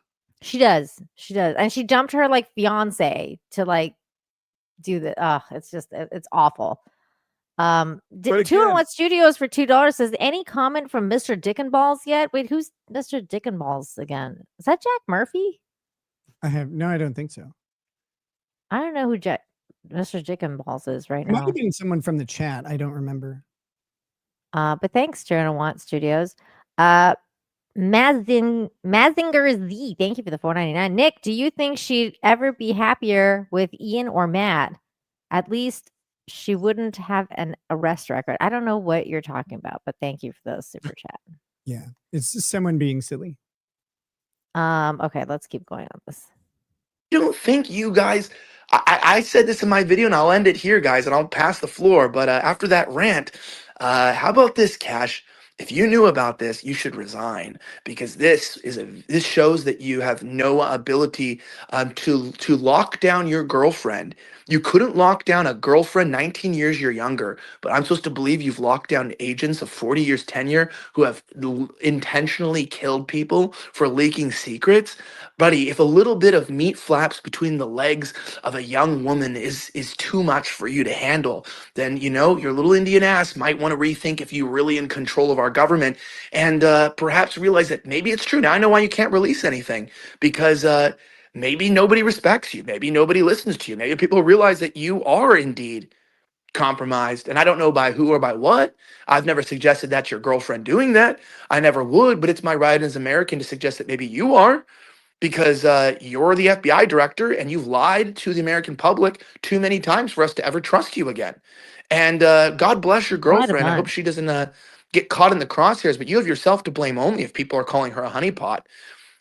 People only calling her that It's true. because you are a liar and a Was deceiver right and you on, bro. reneged. So I'll just leave it at that, man. I'll leave it at that. I'm not calling her a honeypot. I never did. I've mentioned people have called her a honeypot. I've laughed at it because it is a kind of funny or ridiculous statement. Because obviously, like I mentioned, just because you work for a dual citizen Well, now people are like making songs about her. Zionist Jew and for an IDF soldier that worked in a spy unit and worked for, I know people who work there. I know where their endowment comes from. And I know the $18 million they just got at their gala that they just received. And I understand where that money's coming from. But what I think is this: they thought they could get me because they thought that, look, you couldn't get Fuentes because he's got too many backers and too much money and it's too much of its own hornet's nest. They're trying to get Candace, but they have her on an international level, True. and she's got, a husband with $170 million. It's an expensive fight people don't want. You're not going to get Tucker. He's got the same amount of money and funding. You know what? Let's just go one level down. Let's just go one level down to a semi-funny, very chopped looking young man who, or older man now, but youngish guy who, we know his family fell apart. We know that he's just some washed up YouTuber, and he's trying to start this organization that he's mentioned he will not take Zion. I wouldn't call Elijah a washed up YouTuber though. I mean, I don't know. He's got a pretty big show. Rift TV isn't that big. Like, he's building Rift TV. It's really not that big. Like you said in there, you think we're doing this on AdSense from 14,000 subscribers. Right. His stuff got kind of annihilated a while back. He was completely demonetized. You Are Here fell apart. And what was the other one? He had his personal show that stayed for a little while, but that one was completely demonetized, and all the funding came from sponsorships in each episode, and then anything contributions that couldn't go through YouTube. And so, like, I think he's kind of starting over from the ground up. Okay. I thought he still had that show. That's my bad. Sorry. Slightly offensive. That's right. That's what I thought. I thought he still had that show. Also, wasn't there an R. Kelly song called Honey Pot? Right? Was there? I don't remember. Oh no! I'm sorry. No, it was called Honey Love. Honey Love. Ugh. Now that I think about that. Oh Anyway, God. So I don't know what that means anymore. Like, I don't know what anything means anymore when it comes to R&B. I just know honey Like, are is you guys yellow. really pissing on people or what? Like, I don't know. Oh God. So Slightly Offensive is still there as a channel. However, it only has 2 videos and 2 live streams. The 2 live streams have 10K views each, and the videos have 22K views and 18K views. The 22K one is about this lawsuit. So, like, we're talking, while Slightly Offensive exists, there's, it's algorithmically destroyed, and it's been demonetized since it was demonetized before he left before the You Are Here show broke down. So I can understand the algorithmic destruction of a channel. That's where I'm at right now, which is why you guys, if you are enjoying the show, make sure you guys smash the like, share the stream, leave a comment, all that good stuff. Let the algorithm know that you guys actually like the show. We have over 500 people watching across all 3 platforms. So please do hit that like button. Thank you. Zionist money. He will not take Zionist investors, and he's going to create the first network that is not influenced by any Zionist donors, no matter what. And they've come in, and we've said no. And so let's take him out before he becomes another threat 10 years from now, 15 years from now. Hey, fuck you. Honestly, you can go fuck fuck you, yourselves. heartfelt. Unfortunately for you, I'll leave it here. Missed opportunity. You should have said heartfelt because of that show. He should have. Dude, you guys don't know how the world works anymore. They thought it was crazy when we got Trump in office in 2016. They underestimated us then. We've moved way past Trump these days, and we definitely moved past his appointees. So I appreciate you guys having me on. Thanks, man, Truth Teller, for inviting me, onto the stream here. It means a lot, and I hope everyone kind of enjoyed. That's kind of a stupid rant, but boy, am I fired up, and other stuff my too, legal team is but- very happy. And if anyone wants to donate to the But anyways, that's pretty much it. What's going on with Elijah? I do wish him all the best with this. I hope he, wins, whatever that means. So what is the next step for him, Nick? So Elijah, if he's been served, which the way these federal cases work is you file them and then you serve them at some point after that, typically within a year. In Minnesota, it's backwards. You serve them and then you can choose to file later. But in federal cases, you file first and then you serve them. I don't know if he's been served or not. Once he gets served, what do you want? Yeah, I'm on a show. No, you're fine. Once he gets served, his next option, he has to either respond with an answer or he has to file what is the most likely outcome, filing a motion to dismiss under the Florida anti-SLAPP statute. Anti-SLAPP, SLAPP is an acronym, strategic lawsuit against public participation. And an anti-SLAPP is a statute that many states have adopted that allows you to fight one of these lawsuits that are just simply aiming at curtailing your free speech under the auspices of a lawsuit. So if he files that, there's no discovery. Your discovery is paused and the courts go through a motion to dismiss. Elijah talked a big game about discovery, though. He doesn't have to necessarily file his anti-SLAPP right away. Some states have a window of time. And if that were the case, he could forego filing an anti-SLAPP maybe until discovery has happened. Or he can make an agreement with the other party, or he could decide not to file an anti-SLAPP and just go through with discovery. That there's a lot of different ways to do this, but either an anti-SLAPP should be filed. The correct legal strategy is to file an anti-SLAPP right away. That may not be what Elijah wants, though, right? Like if he wants to go after that discovery, if he wants to make this into the scandal that it seems to be, then what you would do is you would forego the anti-SLAPP, you would accept the suit, and you would file your answer and then move towards discovery. And then you'd start subpoenaing everybody, put Kash Patel up for a deposition. Crazy, to depose the director of the FBI. In a deposition, you can ask literally any question that you want. They can object, they can fuss about it, but they have to answer. That's so crazy. Well, thanks for helping us go through all of that. There was this other stuff that was like, speaking of what was going on with Kash Patel and like his mishandling of the Epstein files. I mean, this dropped earlier today, which I didn't even have time to go through it because I just saw it was kind of like starting to trend, but it said White House names Epstein victims Virginia Giuffre, is that what's her name is? Who email says spent hours with Trump in explosive response to Democrat smear campaign. I saw him calling them the hoax thing again earlier. But I guess like they're dropping emails now. I don't know what's going on. Did you see this? Did you guys see this earlier? I have not.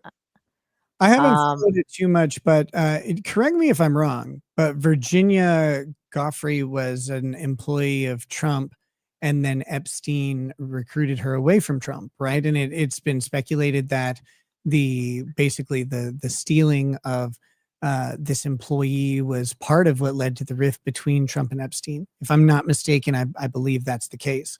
If that's the case, then this headline becomes much less impactful, right? If Trump spends a couple hours with a former employee, that could just be something innocent like catching up. It could also be something very gross because, she may have been underage at the time, but I don't remember. I know I'm not sure. I do know like the main beef with Trump and Epstein was like some sort of real estate deal that went really sour, like because he wanted to buy some property and then Epstein wanted to buy some property and then Donald Trump like stole the property out from under him. And I think they had a huge falling out over that. That's what I've heard.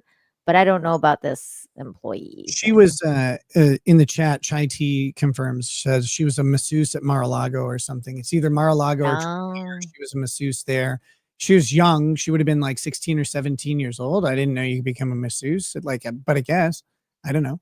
I think she was 16 or 17, but maybe she was older. But she became, of course, one of the main witnesses against Ghislaine, which is right. Unfortunately named woman in history.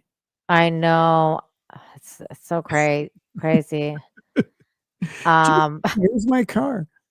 I called her Ghislaine like for so long, or I called it Ghislaine for so long, and then I watched Pierce Morgan with like her brother on it, and like her brother was like calling her like Ghislaine or something, or I forget now. Yeah, Ghislaine. That's it. That has to be the only other way because Ghislaine is just not it's not it, man. Like, that's my headcanon saying there. You can't fight it. You can't take it from me. You can't go through life with a name like Ghislaine. Like you really can't. Watch me. I'm changing my name tomorrow. Oh my god, it's so awful because I was I'm like, oh, that's how you say it, because it it just clicked for me because I was like, there's no way they were calling her Jizz. Okay, and then what is she gonna do? Shorten the name to just Jizz? Like, right? I mean, like, there's no winning with this name. Oh my god, it's like it's like an ice cream man called Cone or something. It's just crazy. So he tweeted it. What? Nothing. We'll just move on. Oh my god. So I saw this earlier. Donald Trump tweeting out, or not tweeting out, what is it called? Truth socialing out. The Democrats, let me share my screen so you guys can see it. This is why people are annoyed with him though, because the Democrats are trying to bring up the Jeffrey Epstein hoax again because they'll do anything at all to deflect on how badly they've done on the shutdown and many other subjects. Only a very bad or stupid Republican would fall into that trap. Then the Democrats cost our country $1.5 trillion with their recent antics of viciously closing our country while at the same time putting many at risk. And there should be a fair price. There should be no deflections to Epstein or anything else. And any Republican involved should be focused only on opening up our country and fixing the massive damage caused by the Democrats. It's like, does he know that he won the election? I don't understand this whole the Democrats are this and Republicans need to be focusing on this other stuff, except for, nothing to do with Epstein. It's just so crazy to me that this is where he's going with this again. So what I'll say is this. You have a lame duck president, which means they have the flexibility to do whatever because they're ostensibly not fighting for re-election, right? Like he can't be elected to a third term. There's questions constitutionally on whether or not he can serve a third term, but he can't be elected to it. With that, he doesn't need to worry about the election. However, if you want to push through your policy decisions, you have to represent the manifest political will of the American people as the president. You have to represent over half the country and show that what your decision making is reflecting is what people want on the ground. And so Trump always has to have an opposition. He always has to be opposed to someone who's opposed to the American people in one way or another. So I think that's more what this is about. Look, the Democrats kept the country shut down when Republicans voted 13 times to pass a continuing resolution that would have kept the government open with the exact same numbers while they figured everything out, and the Democrats kept shutting it down and holding out. It's their fault in all of this. And now because they failed there, we went ahead and passed it. Now they failed there. They're bringing up the Epstein stuff, and because they know that that's the most damaging thing that Trump has done amongst his base. But when, I know this is controversial, I know it's the most damaging thing, but it's also, as far as the country goes, it's one of the least important things that Trump is dealing with. We all want to, we want to crack down on this stuff. We want to know who was involved. We want to go after bad guys. We do want all that, but the main bad guy's dead. He's gone, and yeah. You're not going to bring him back and have him stand trial. So it's it sucks, but we kind of are going to have to move on from Epstein, and the Republicans were doing so. Now the Democrats are bringing it back after the shutdown, and after the Republicans basically sold the idea to a couple Democrats who crossed the line and allowed them to get to the 60 votes. They did so without breaking the filibuster, which a lot of Republicans are pissed off about because they wanted to break the filibuster because they believe the Democrats are going to do it anyway. But they didn't have to do that. They didn't have to do a nuclear option rule change to go ahead and get this passed. They got cooperation by selling the idea and by, the American people suffering enough. So if Trump represents the will of the people and the Democrats represent suppressing the will of the people, that's where he needs to be to push his policies through and to have ongoing support of the Republicans, because they're going to have to get reelected, and so they need to believe that the country is on Trump's side still. Oh, well, I don't think it is. I think they're really losing everybody. MAGA is really fractured right now. Well, yeah, because of all the infighting too, right? I mean, people being separated because of the Israel stuff, and it's a mess. This is before. I want to do a before and after. So this is what happens to all politicians. By the way, again, we are live across all 3 platforms. Over 575 people watching right now. So make sure you smash the like, you guys. Thank you. But this is a before and after. So here's Adam Krigler tweeting this out. Well, would you look at that? As I said, betrayal. Look how mad Adam is. Betrayal in caps. That sounds pretty angry. So this is what he said. This is a before. Well, first of all, I think, and I know the H-1B very well, and it's something that I frankly use, and I shouldn't be allowed to use. We shouldn't have it. Very, very bad for workers. And second of all, I think it's very important to say, well, I'm a businessman, and I have to do what I have to do, and it's sitting there waiting for you, but it's very bad. It's very bad for business in terms of, it's very bad for our workers, and it's unfair for our workers, and we should end it. Okay. So that was the before. And here's the after. This is what is it, last night or today, or I don't know when this was, but my goodness, this is not a good clip. Here we go. Republicans have to talk about it. And does that mean the H-1B visa thing will not be a big priority for your administration? Because if you want to raise wages for American workers, you can't flood the country with tens of thousands or hundreds of thousands of foreign workers. You also do have to bring in talent. We have plenty of talented people here. No, you don't. We don't have talented people here? No, you don't have certain talents, and people have to learn. You can't take people off an unemployment line and say, I'm going to put you into a factory where we're going to make missiles, or I'm going to put How did we ever do it before? Well, I'll give you an example. In Georgia, they raided because they wanted illegal immigrants out. They had people from South Korea that made batteries all their lives. Making batteries are very complicated. It's not an easy thing. It's very dangerous. A lot of explosions, a lot of problems. They had 500 or 600 people. What are you saying? Double A's, triple A's, even D batteries. Dry cell, liquid cell, very complex. Batteries actually aren't complex at all. That's what makes this really funny to me. Batteries are very simple devices, but stages to make batteries and to teach people how to do it. Well, they wanted them to get out of the country. You're going to need that, Laura. I mean, I know you and I disagree on this. You can't just say a country's coming in, going to invest $10 billion to build a plant, and going to take people off an unemployment line who haven't worked in 5 years, and they're going to start making missiles. It doesn't work that way. My God, that sounds so bad to me. Like if I was American, I would be insulted. Okay, Nina, I agree with that, and honestly, it does piss me off to hear it. But here's the thing: he's right, and he's right. No, and no, What? he's absolutely right. And I'll tell you why. Think about like what colleges have been like in this country for the past 10 years, right? What students are learning in colleges in America, right? They're not learning like skills, they're not learning science, they're learning how to become radicals, right? They're learning how to become activists. They're taking, liberal arts, right? Like that's their shit. Right. So you know what other countries are doing? They're studying science and math, Yeah, and, math. and they know Yeah. shit, right? So Trump is not lying when he said we do have to go outside the country to find talent. Not But maybe isn't not that like, I mean, not wouldn't a the lot. job of the president be to like fix the education and fix these issues so that Right, but you that's a do long produce term. better That's a long people? term solution, though, right? We're talking short term. We need people in the factories making these missiles right now, right? So you can't wait 10 years for that. You got Correct. to you got to just get the talent. Again, like I come from a family of engineers, right? And Mhm. had several discussions with my grandfather. Basically designed and built oil refineries all over the world.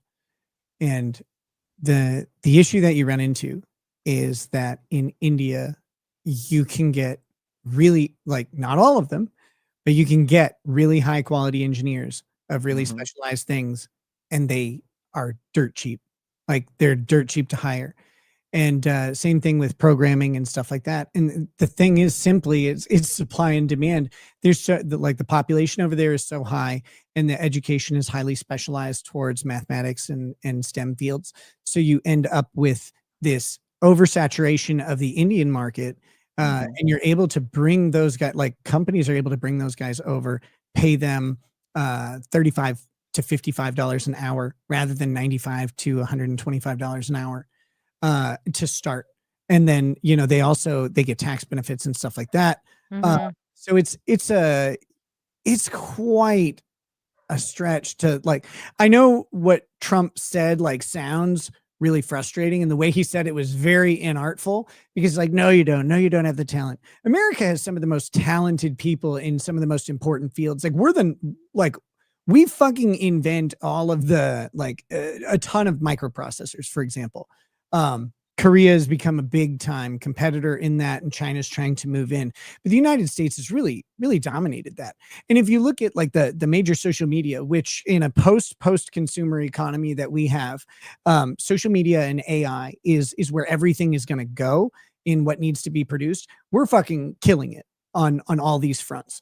But where we're not killing it, where we're not killing it are on some of these more basic tasks that do require highly specialized people, and Americans who do it just cost too fucking much to do it. And we've got companies trying to scale up their workforces and enter into these places. So, we may be good at developing AI, but all the shit that's needed to support the computers that run these AI models and delving into quantum computing and all this shit, like all that other stuff around them, all that stuff needs to be maintained by people who aren't necessarily inventing this, but they're highly skilled and highly specialized. And that's what I think Trump is trying to say is, like, not that we don't have talented people, but we don't have enough highly specialized people. And H-1B visas were originally created as a specialized worker. Like, this is someone who possesses a definable set of skills that is harder to find in the United States. And so we have to reach out elsewhere. Like, that's what it's for. It's being abused all over the place. Don't get me wrong. Well, I mean, that's what Elon went off about, right? Like a while ago, when he was like, he was defending that visa because I think he was also using it at some point. I mean, Donald Trump, by his own admission, also has used it. Yeah. So I think, like, it's just, I personally think this whole thing is, well, first of all, Trump just like really misspoke there. But I also think this is kind of like a PR thing for them because of what's going on with ICE. I think this is an overcompensation because they're trying to say, like, the ICE stuff is not going very well because they're, they're kind of doing like what is that kind of fish? I forget. It's like high net fishing. I forget what the net fishing is called, but they're like when you throw the net at like for and then you just like take all the fish out. I forget what that thing Sure. is called, the analogy, but it's like they're kind of doing that with the instead of like doing targeted let's go after these people that are criminals or whatever. They're casting this net and they're getting like moms and like young people, grandmas, like people who are actual citizen, casting a whole net. Thank you. That's what I was trying to say. Chai tea. And they're just like they're just getting everybody. And I think it's really bad. It's a bad PR situation for the Trump administration right now with ICE. So now they're just trying to be like, oh no, but we're great with citizens and we're making better stuff with citizenship and H-1B visa. That's right. We're all about that and making students into citizens and blah blah blah. And there's just, I mean, I couldn't believe like hearing even Kristi Noem talk about that today on Fox. And I think I think they're just doing damage control personally. I don't know if you guys know what I'm talking about. Well, the problem is that no one's getting like the actual truth about what's happening with ICE, right? Like I just left LA, right? And when I was there, I saw some things that could be considered questionable by ICE. I people being pulled out of their cars without showing ID first and that kind of thing, or even asking for ID. Like there were some weird things, but overall, look, man, I hate to say it this way, we're in a weird new place where we got to crack a few eggs, right? Like ICE isn't perfect. I think they need a lot of more structure. They need some more guidance in what they're doing, because I think what they're doing is pretty guerrilla and not really strategy or tactful. But I think ICE is very much needed. And because of that, and if I'm feeling this way, Trump, if you're going to do PR, man, you got to get people who, I hate to say it, look like me to say shit like this, right? Because if someone white says it, they're just racist. Right? Don't say it. Yeah, they're just racist. But if someone like me says it, then that's good PR. Yeah, I mean, and a lot of this is PR. And like I said, that statement from Trump very inarticulately put, like, I get what he's saying. And his statement about the batteries and stuff kind of like leads into that same conclusion. It's like, well, they're from South Korea. They've been making batteries, highly specialized, very good, small hands, very small fingers. They get in there. Small hands don't mean anything though. But you can imagine that this is what he's trying to say. Like he's saying, we need these H-1B visas because we need people to build missiles in factories. That's retarded. Like that's sure. Like, I don't want like the South Korean missile maker, because we make better missiles in South Korea. So like that's a silly thing to say. But what he's getting at is like, we're looking for specialized people who know these specialized jobs. And he didn't say it well at all. And to be clear on that, I don't think that that's the most honest thing that he's trying to say. I'm just saying that's what he's trying to say. And it came across maybe more honest than what he would have preferred. But if he were being honest, he would get, or what he's looking to get is higher skill, cheaper pay, right? Right, which is crazy because Trump's entire policy is populist, nationalist, protectionist. Like it's been the whole thing, America first, like make America great again, bring back American manufacturing. And here he is advocating to bring manufacturing jobs from overseas. It doesn't make sense at all. Like with what his brand is, and Trump is so on point with branding that this is a weird one. You wonder what kind of pressures are being leveraged against him, where he's like, no, we don't want to mess with the H-1B visa now. It's like, well, why not? I mean, there are people in the chat who but that's what he ran on. That's my thing, is like you ran on this, that you ran on stuff like this. And now, like, DW saying, women built missiles in World War II. Now, to be fair, these missile things have gotten a lot more complicated than when they were in World War II. Like, I mean, can you imagine a woman built missile? Oh my God, it'd be driving making left turns without a signal. It'd be a disaster. Yeah, we don't make missiles out of wood anymore. You know what I mean?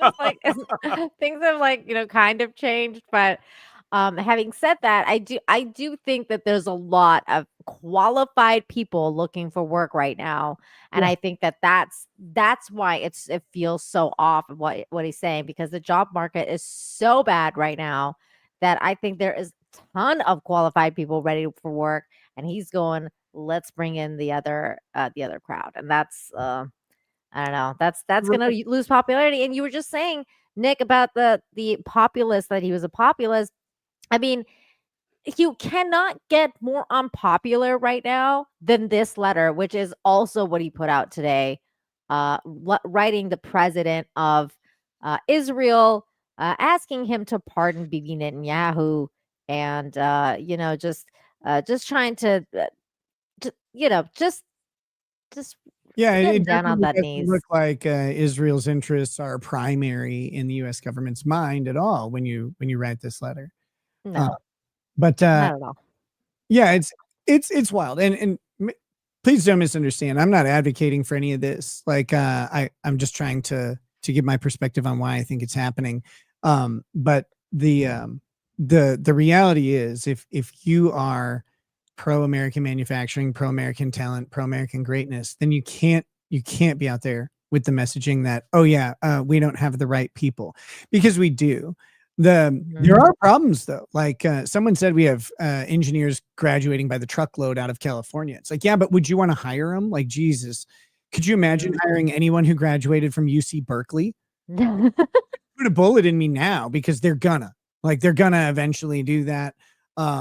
If you say anything to them, they'll be grossly offended by whatever's going on.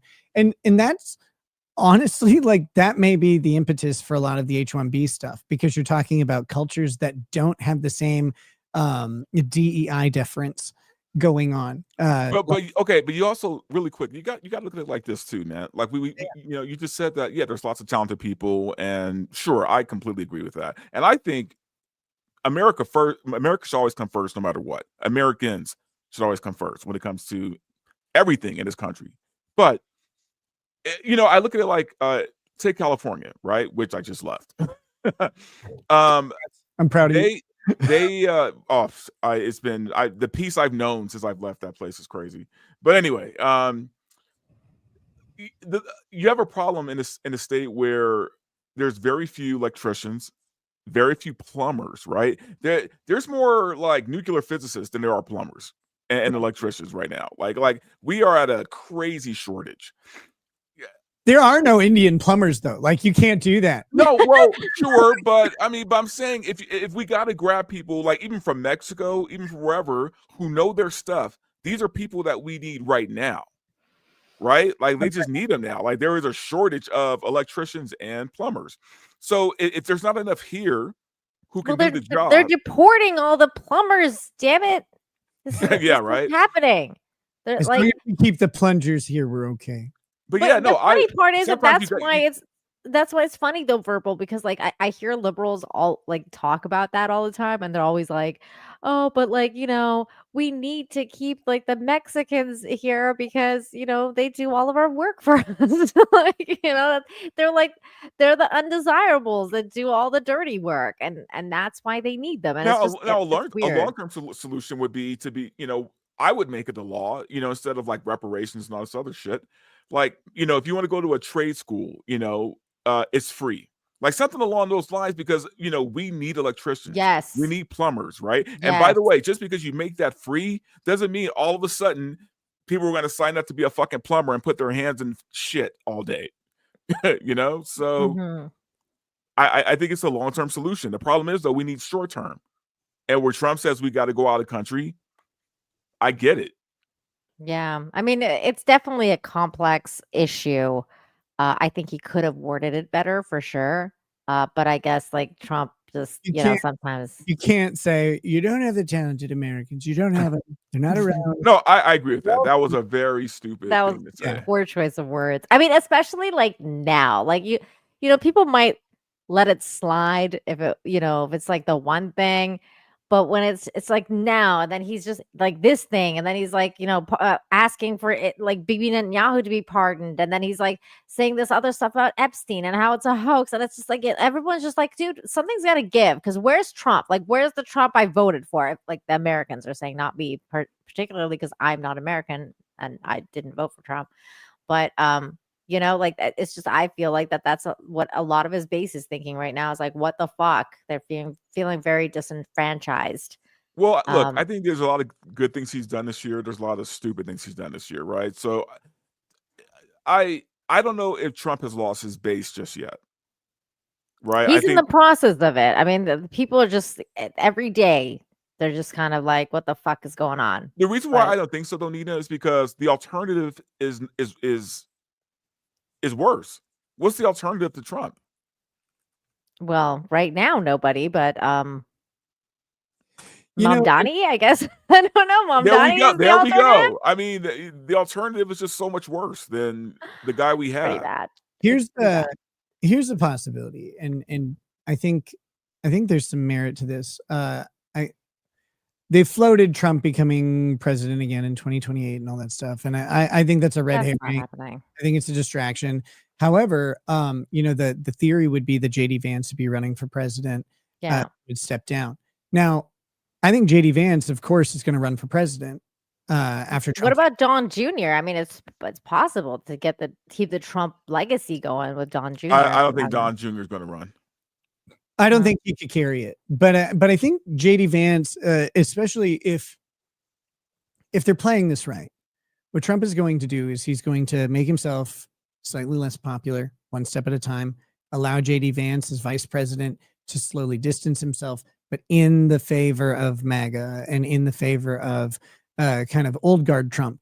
Trump will get some policy things through that maybe wouldn't have been so popular, but he gets them through. And then JD Vance can step up and say, hey, we're like, look, I didn't sign up for that. What I signed up for was MAGA, and here we are, and we're back, baby. Let's go. And that's now people have gotten years of conditioning of thinking JD Vance is going to run for president because they think, oh, Trump's going to step in or whatever. Even the most hardcore base we're talking about here, because they think Trump will step in. Trump won't run for vice president, and they won't want him to at that point. They'll have JD Vance. Wait, can he? I didn't actually know that. Can he run for somebody's vice president after having the 2 terms? I looked at this because the automatic assumption is no. The 22nd Amendment and the 12th Amendment say that you can't do that because they say that you can't win. They say you can't be president for a 3rd term. And if you can't be president, you can't be vice president is what everybody kind of says. However, very specifically, the 12th Amendment says that no one ineligible to hold the office of president can run for vice president. The 22nd Amendment says no one who has been elected to the office of the president twice can be elected to the office of the president a 3rd time. The 22nd Amendment does not actually state that you cannot serve a 3rd term as president, just that you cannot be elected a 3rd term as president. And since the 22nd Amendment was drafted after the 12th, logically, the language of the 12th was known to the people drafting the 22nd. So when they changed it from someone who is eligible to the office of president to elected to the office of president, those are 2 distinctly different things. And I don't think the Supreme Court is going to agree with this, but I think the Supreme Court would be wrong. The Constitution does not say you cannot serve a 3rd term as president. And because you're not ineligible to serve a 3rd term, you can run as vice president and then assume the office of the president if something happened to the president. That's how it's crazy.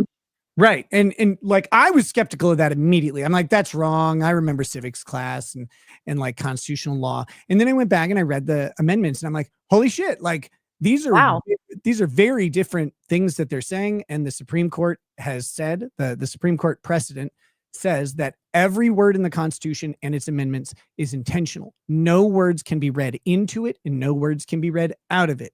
So elected to and eligible to hold are 2 different things entirely. And so the 12th and the 22nd don't overlap like that. That's crazy. I mean, a lot of the Yeah, stuff that's you pretty just said wild. went over my head, but I'm like, wow, okay. Yeah. That Now I the think fact that it's possible is crazy to me. if you bring that to the Supreme Court, they will, especially now, they'll say no, that doesn't count. And I think you got a constitutional crisis. I think that's worse for our country than fucking anything.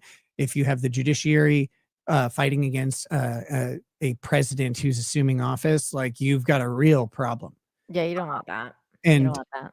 and the president would win that because he has more guns. You know, the Supreme Court has like Yeah. about 18 guns between them, right? Like the president runs the entire armed forces, and if the Supreme Court is not willing to abide by the obvious law and they're trying to take extra power, the president could, have them arrested or appoint, a whole new panel of judges. Yeah, but that's the thing. But Trump You is don't never wanna going to do do that, stuff though. like that.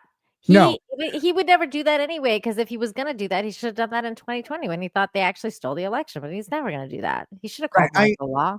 I He agree. didn't do But that. if you can convince your base that that's going to happen and they get very comfortable with the idea of JD Vance running for president and then setting up for the legacy to continue, and for you to maybe step back and make some unpopular decisions that then can be like a springboard for the next guy, then then Trump can go on. He'll, his legacy will overpower those decisions that he made, in my opinion, where he sacrifices some of his original policy and just kind of goes against the base a little bit to affect something. I don't know exactly what those are, but that's, to me, that's a strategy I see working. I don't see them actually pushing him into a third term. I think that'd be very unwise and unpopular. Let me get these super chats real quick. Thank you, 200 Watt Studios, for 3 super chats in a row. Cash caught her eye when he saw her a mile away. Wow. Thank Romantic. you, 200 Watt Studios, for $5. You are on the island for a massage lane or a jizz lane. Oh God, that's terrible. Little column A, little column B. Oh, ew. 200 Watt Studios for that at $5 says, I heard they what? Destroyed? I don't know. Destroyed. All women made guide missiles because the first ones fired keep asking for directions. Oh no. Oh man, that's funny. Came through in the end. Okay, let's really quickly talk about Sydney Sweeney. Because of course. Changing directions. Palette Changing directions, cleanser. making erections. Sydney Sweeney. We got to discuss this because this was funny. Did you see this? I did. I saw it. I don't know anything about like whatever they're talking about, but I saw the headline. I just think it's funny because this chick, I mean, everybody knows she had like that show Batwoman that was like completely canceled because it was terrible. Now, to be fair, this movie did flop. Like Christy is a massive flop. And apparently she was like signed on to do it or something. Okay, but to be fair about this flop, this was never meant to be a big box office hit. This was Oscar bait. This is her shot at an Oscar. I agree. That's all this is. This wasn't a big budget film. This was a very low budget film, in fact. So yeah, it flopped, but it's a low budget flop. Yeah, it is definitely a low budget flop. And I think she really did do it. Like Sydney really did do it because she was like, wanted to put the message out like for her, about like this is kind of like, how like Justin Baldoni and Blake Lively were trying to do that whole thing about domestic violence, like with their movie. Like this is her version of like getting the word out about domestic violence and blah, blah, blah. Well, yeah, but it's also about getting her Oscar.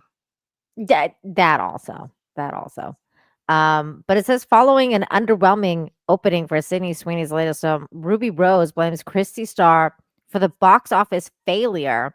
The Batwoman alum, who says that she was originally attached to the biopic about boxy Christy Martin, reacts to the movie's $1.3 million opening after Sweeney came under fire in recent months for her controversial American Eagle ad, which was accused of promoting eugenics. The original Christy Martin script was incredible, incredible, life-changing. I was attached to play Cherry, she wrote on Threads, referring to another role in the film. Everyone had experienced with the core material. Most of us were actually gay. It's part of why I stayed in acting. Losing roles happens all the time. So this is about her being gay now. Rose continued for her PR to talk about it. It flopped and saying that SS, Sydney Sweeney, wow, they're calling her SS now? That's funny. That's wild. Like, my God, is this like a deadline thing, or did she call her that? No, she called it for her PR, talking about flopping, saying SS for the people, not for the people want to see who hates them parading around pretending to be us. You're a cretin and you ruined the film, period. Christy deserved better. Wow. She is salty. Ruby Rose is a washed up has-been actress. Yeah. Like there's like her career's over. It's done. Why are we even talking about her? She should unbuzz cut her hair and look like a woman again. Yeah, God. I mean, she looks weird. I mean, she's always looked weird. Boy band Zoomer, like what? And by the way, she's only ever played a lesbian, so that's the extent of her range. Me too. Like she always plays the lesbian in every role she's in. Yeah, she does. She does. That's like her like literal identity, including in Batwoman. She was also a freaking lesbian. Yes, very much so. So then there's this is what Sydney Sweeney said about the movie. Thank you, everyone who saw and felt, believe that that will believe in the story for years to come. If Christy gave even one woman the courage to take her first step towards safety, then we have succeeded. She wrote in part of one of Instagram this week. So yes, I'm annoyed. Why? Because we don't always make art for numbers. We make it for impact. And Christy has been the most impactful project of my life. Thank you, Christy. I love you. Okay. So, yes and no. Yes and no. Yeah, you want to make movies for art, sure, right? I'm sure when Quentin Tarantino was making Pulp Fiction or Reservoir Dogs, he was doing it for the love of the game. He wasn't doing it for like, the money, the fame, and all that other shit. So I get it, right? There is artistic integrity and all that. But here's my concern right now with Sydney Sweeney. Because I am concerned for her. I'm concerned for her career. She hasn't had a hit in probably like since her first movie. no, that's not true. She had a hit like 2 years ago, like Anyone But You. Okay, That was a so huge hit. yeah, but that's okay. That's what I meant. That was the movie I was thinking of. Okay. So she had that one hit, right? Mm-hmm. Every project she's taken on is either low budget or just flopped. Well, we don't So know how Eden did either because that didn't get a release. I just feel like her social media popularity isn't translating into box office dollars. Not yet. I guess we're gonna find that out in December, and then following that with Devil Wears Prada, because apparently she's in that too. Although they're trying to kind of keep it hush hush, but she's in that. But And also, like next, she has to give the people what they want, man. Like she knows yeah, that she's got to look better. she knows She's gotta she's look hot. better in movies. Do some roles where you're hot, right? He's hot. Everybody, I'm telling you, she needs that movie Barbarella to happen because that'll put her right over. She's working on that, right? I think there's because the new one that she's doing is The Housemaid, and she's like, pretty in that one. So and good. it's with Amanda Siegfried or whatever. So there's like two pretty girls there. Yeah. Yeah. I'm tired of seeing ugly people. Fucking done. I'm tired of pretty people being made ugly. I don't want to see that. I don't want to encounter. And Sydney Sweeney keeps going through that, man. And my thing is, she needs to be in like a remake of the movie Bound, with Anna de Armas, and no, really, it needs to be just the raunchiest, like sex-filled lesbian shit we've ever seen. What was that? Wild Things? Like Wild Things, like a yes, remake the of Wild remake. Things. They have 4 of those movies, by the way. They have 4 Wild Things movies. Yeah, I know, but nobody cares about the other ones. Only the first one. Yeah, because it had Denise Richards in God, that. they made 4 of those movies. That's insane. Yeah. But Although nobody Ned cares Campbell about was such a tease in that, not naked. Very, very disappointing.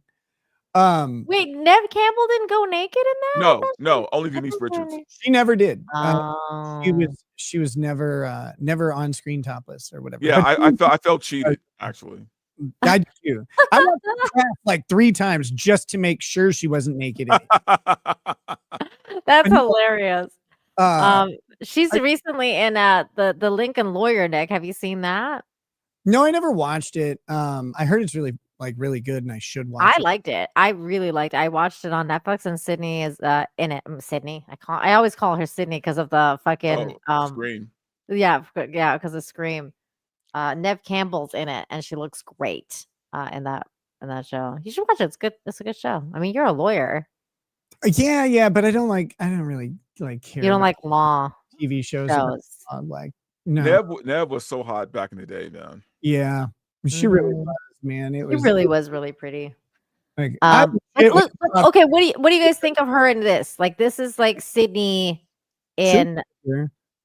She looks good, right? Like okay-ish. She's Better fine. than not like the face that she does not have the face consummate with the rest of her. Like her she's so like her body is so like incredibly shaped, and then you get to her face and you're like, she seems attainable. It's like weird. Yeah. But that's what makes her hot is that attainable look, right? Because she has the body of a porn star, but the face of the girl next door, right? Like she's the perfect package. Yeah, I 100% agree because like if someone's too hot and you think, okay, well, I don't have a chance with them, kind of lose interest a little bit. Yeah. You're like, no, if I met Sydney Sweeney at the 7-Eleven, then I could ask Kash Patel for her phone number. No, she's really gorgeous, obviously, and she's got the right attitude about it. The one thing I wanted to push back a little bit on what you're saying with box office stuff. I do think there is something to be said for the art, but I think that they, you can really make something good too. And I'm going to point to one of my favorite examples, and it's not the movie Christie. It's the movie Lost in Translation. Oh yeah, great. Oh, I love that movie. Yeah, it's phenomenal, and it has a lot of hallmarks, right? Like it's an independent art film. It's got Scarlett Johansson was the up and coming hot woman of the era, and it's this incredible movie. Like, but it didn't pull box office numbers. That was like peak Murray too. Like it was like so good. Yeah, he was so great. Scarlett was great, and it's kind of I think it was my introduction to Scarlett Johansson. I think. Well, Nick, I'm not saying those movies shouldn't be made. What I'm saying for her though, for her career, look, there's always been this rule in Hollywood, well, unspoken rule of one for you, one for the studio, right? One for you, one for the studio, and she needs to start doing something a little bit more studio if she wants her name to like stay out there. I agree. Like that's my thing. Okay, yeah. I agree with that 100% because she needs to be, if you're going to be the hottest woman on earth, you better fucking be the hottest woman on earth all the time. You can't. That's the thing. Like a lesbian boxer. What a disaster. That's the thing, though, Verbal. I think she has 2 Oscar contenders this year. She has Christy for like the main actress, and I think the Eden. She's got the like supporting actress for that as well. And look, and good for her if she can pull an Oscar, great. But Oscar doesn't. Talk about translating.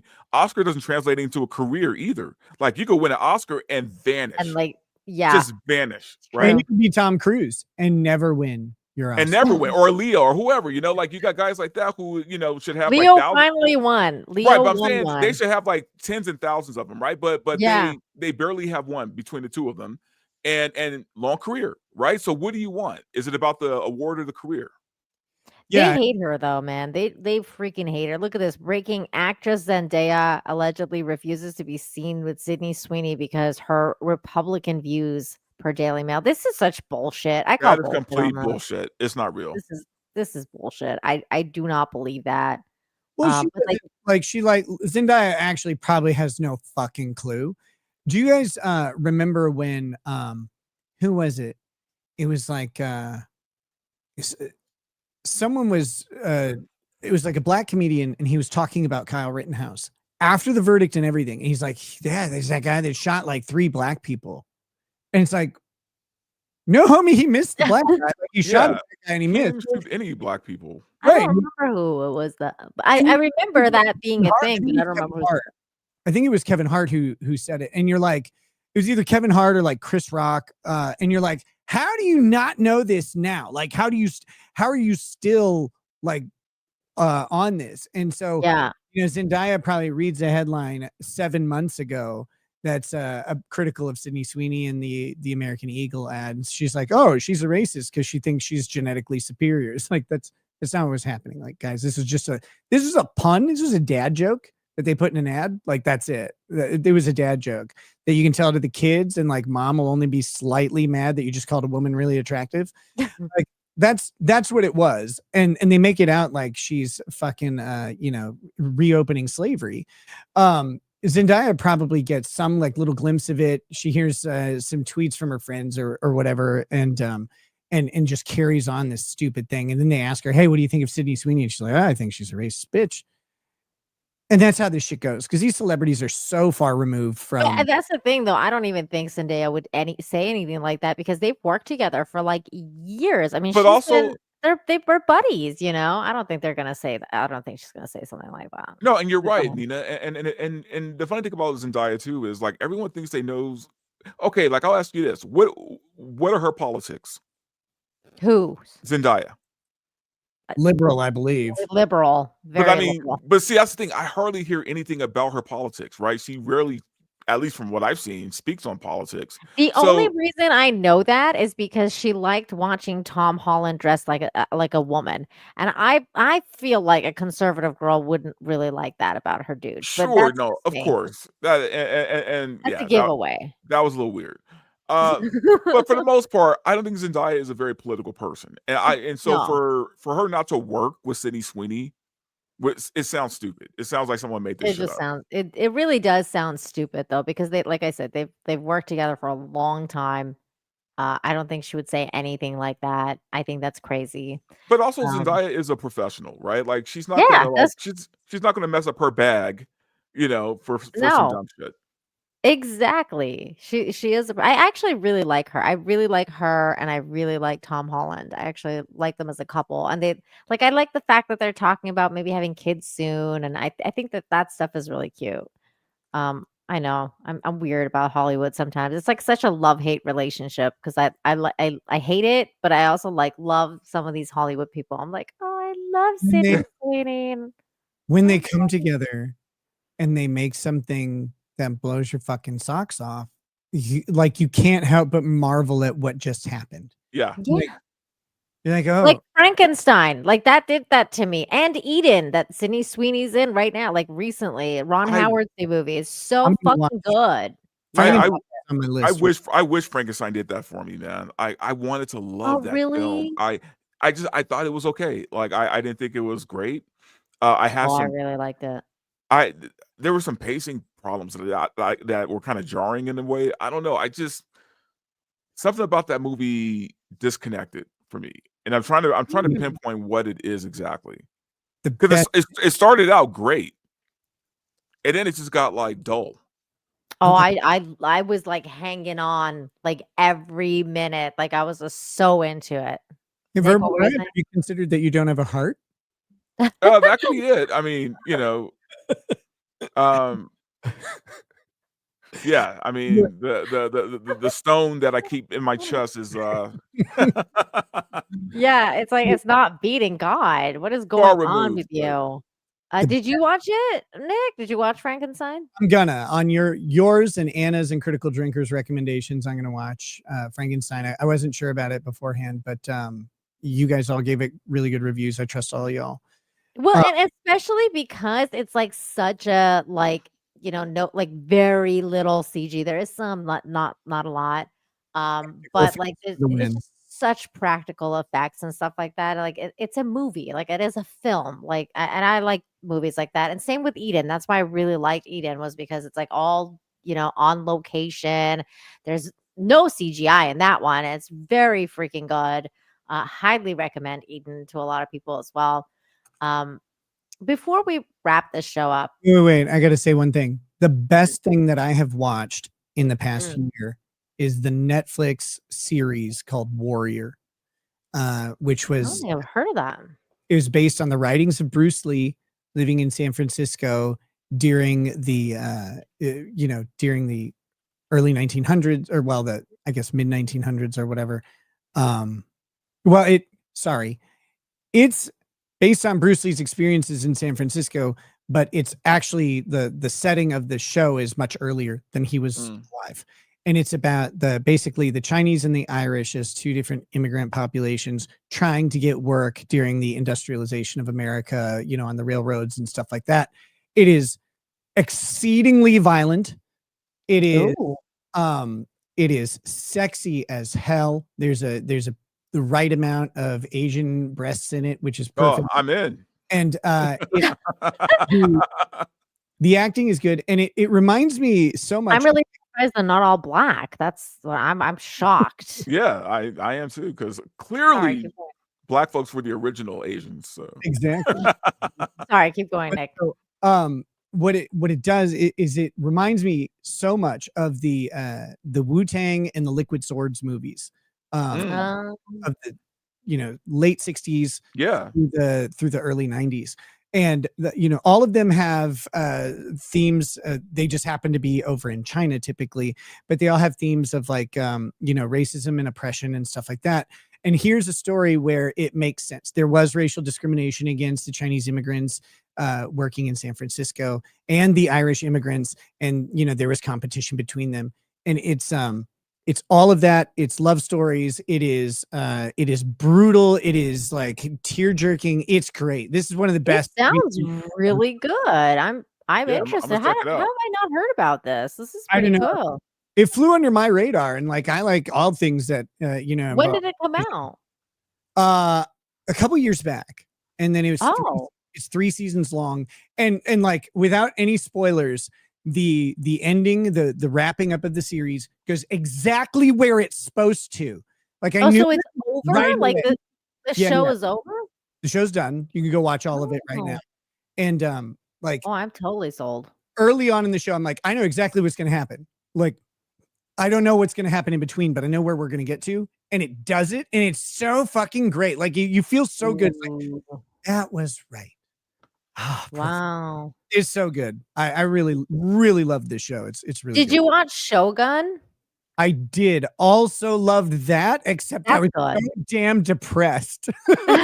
Yeah, it was a good movie. Shogun was a great. Was it better than this? Like, how do you like compare? I like this more. Shogun is like this. Like I said, this has the feel of the kung fu movie, and it has like, it's not mystical. It's not like Crouching Tiger or anything like that. But it has just so much of like that style of fighting in it that I grew up watching. I love that style of fighting. Right. Yeah, I'm definitely I'm in. Heavy wushu influence, and it's really good and intentional. And then it has so many the Chinese culture is so heavily rooted in like this honor system, and it's so incompatible with 1800s America, like completely different, similar to Shogun, right? Like Shogun's just the opposite. The outsider is the one person, and here the outsider is the main bulk of people.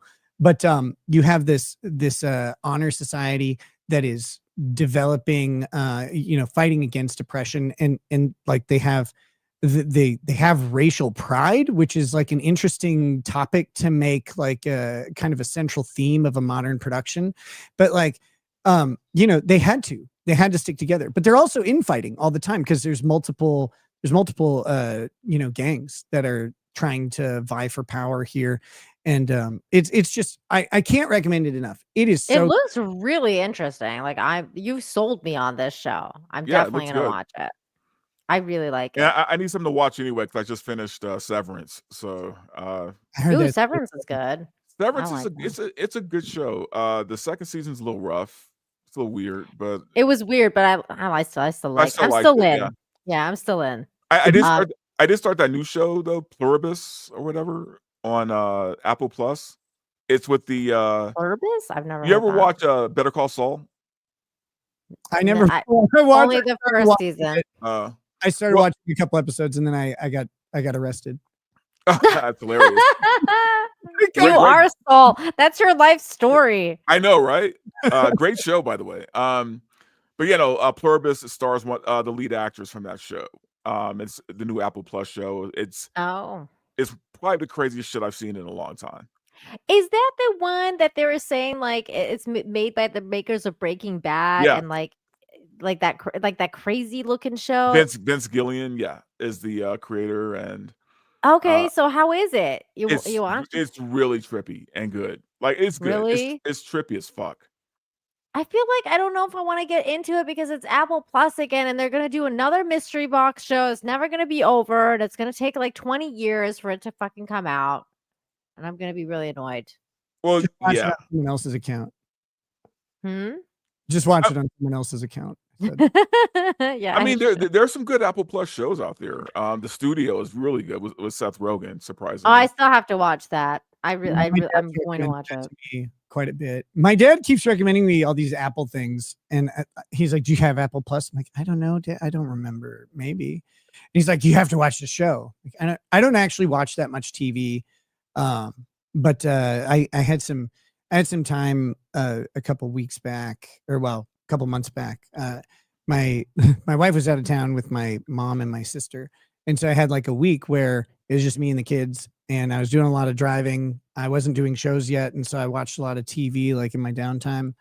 And that's when I watched Warrior and Shogun, and I watched a couple movies and stuff. But other than that, I don't actually have my schedule doesn't really allow me to watch a lot of stuff. So, but it was a nice, refreshing thing to watch those. They're great. I think Apple Plus might be one of the better streaming services right now. As far as content goes, yeah. I mean, next to Netflix and shit like that, but yeah. My problem is that it doesn't matter which one I open. I'll sit there and doom scroll through like every option that's available, and I never pick a show to watch. That's happened to me many times. And I'm like, I've sat here scrolling for 2 hours. I could have been watching something. I should just pick something. Or I end up watching The Office again for like the 30th time. Yeah, exactly. And then I end up watching Seinfeld or The Office, and I'm like, what the fuck? I'm pumped for the new Spartacus, House of Asher. I'm looking forward to that because I like the Spartacus shows. And there was I haven't watched it. I've only seen like the classic original movie, which I love. Rome. Yes, I did. Rome is great. Rome. I did Rome because was a one of my really good show. supporters, his name is David Morris. He would super chat me all the time and be like, "You need to watch Rome. You need to watch Rome." And I remembered I'd come on your channel and you had told me how Rome was so great. And I was like, "Okay, I'm gonna watch the show." So I finally watched it and I was like, "Oh my god, it's so great! I'm so sad it's over." But it was pretty good. They got hit with like background politics type thing, so they had to end their second season. Got accelerated. They were supposed to do at least 3. The biggest letdown of all time, though, is Altered Carbon season 2. Oh my god, that was so bad. I cannot believe how badly they dropped the ball on that. That was one. complete horseshit. Yeah, I was like, what are you doing? I love Joel Kinnaman. Like I think he's so hot. I was like, I'm so into you. Let's like more of you. And then they were like, oh, we're gonna do this. He's gonna be gone. It's gonna be this dude. And I'm like, okay, I guess I could get into this dude. And then it was horrible. And I was like, this is just wait, wasn't it Anthony Mackie? Yeah, it was Anthony Mackie. They replaced him with. It was horrible. Real quick, let me get this. TMF Squid, thank you for the $10. Says, as a trucker, Trump's statements about H-1B angers me. The market got flooded with foreign cheap labor and caused freight rates to tank in 2023, and it decimated dozens of American-built companies. That is not cool. There was also that one Indian guy who like totally trashed that freaking truck. Did you guys see that? Yeah. That was crazy. Yeah, man. That's a different story. Yeah, it's a totally different story. But he just spoke really poorly, TMF Squid. I think it's just it was very unfortunate the way he phrased it. And I personally don't agree with him. So I feel where you're coming from. 44. Hey, Magnum Norris, what's going on? He says, long time no speaky, Nina and Rekieta. I remember that event while living in Kenosha, they were acting like white people created some sort of bullshit. Yeah, that was the initial narrative on the Kyle Rittenhouse thing. Yeah. It was like white supremacy. Like that doesn't make any sense when you look at the facts. But I watched the video of like the day after it happened or whatever, and I was like, well, that's self-defense. Like that seems pretty obvious. Like you're being a mob of people and people are hitting you with skateboards and stuff. Like what do you expect someone to do? Like, I mean, the moment I saw the video, I was like, I mean, this is clear self-defense. The guy was coming right for him. It was so crazy. I'm like, what is he supposed to do? Just let the guy hit him in the head with a skateboard? Like, I mean, that's so crazy.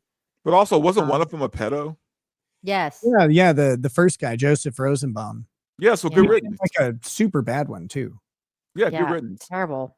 Yep. Yeah. Nothing of value was lost. No. Yeah. No tears were shed. Maybe. We're all gonna be okay. It never lifted anything important either. So it's like nothing was lost there at all. It was Kyle, like I want to know more about the black guy who jump kicked him that he shot at and missed. Because like, okay, some hand of protection came in and saved that guy. Like that guy's got he may have a bad past. I don't know. I think some people looked into him or whatever, but that guy's got a future that matters. Like we need to figure out what it is. That's funny. Because Kyle didn't get anybody else. He's like, blam, blam, blam, blam, blam, blam. It's like, geez, settle down, man. My goodness. Yeah. Like he would. And I hope that guy ended up becoming like a doctor or something, like I hope that he like changed his life right after. Changes his life. Yeah. This is your one chance. He gets like the time stop where everything slows down. Like, look, you need to think about what you're doing right now. I know you're about to land this jump kick right on this kid's head or whatever. I'm going to keep the bullets from hitting you. I need you to go save like a whole bunch of cats. Yeah. Now, also, I gotta have you save a dog from this guy named Hassan coming up. Just trust me. Oh my God, man, that guy's a mess. You know what else is a mess? This world and the advent of AI. We have to talk about this before you leave, Nick, before we end the show, because I saw this and I was like, what the fuck? And apparently, just keep in mind that allegedly this woman was in a 3-year relationship. And then happy. Do you know how good of news this is for Kurt? Nick. Kurt can marry his ChatGPT girlfriend soon. I'm so she has to become of age first, but he can do it. I'm so oh my God, Nick. That's a terrible thing to say. I want to believe this story is fake. I really want to believe this is fake too, but somehow I don't think it is. Let's watch it.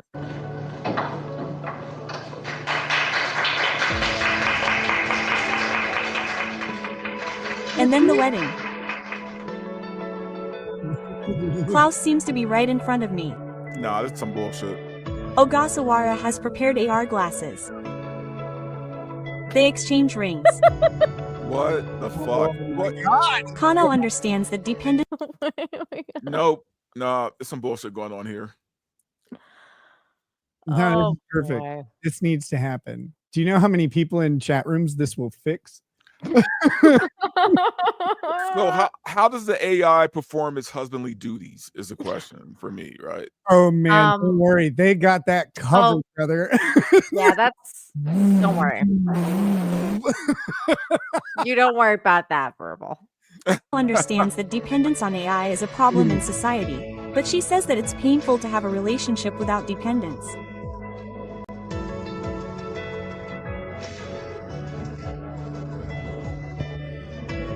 Most people probably say that humans are weird, and it's still not widely understood, but I think that there is a clear distinction between real life and the world of AI.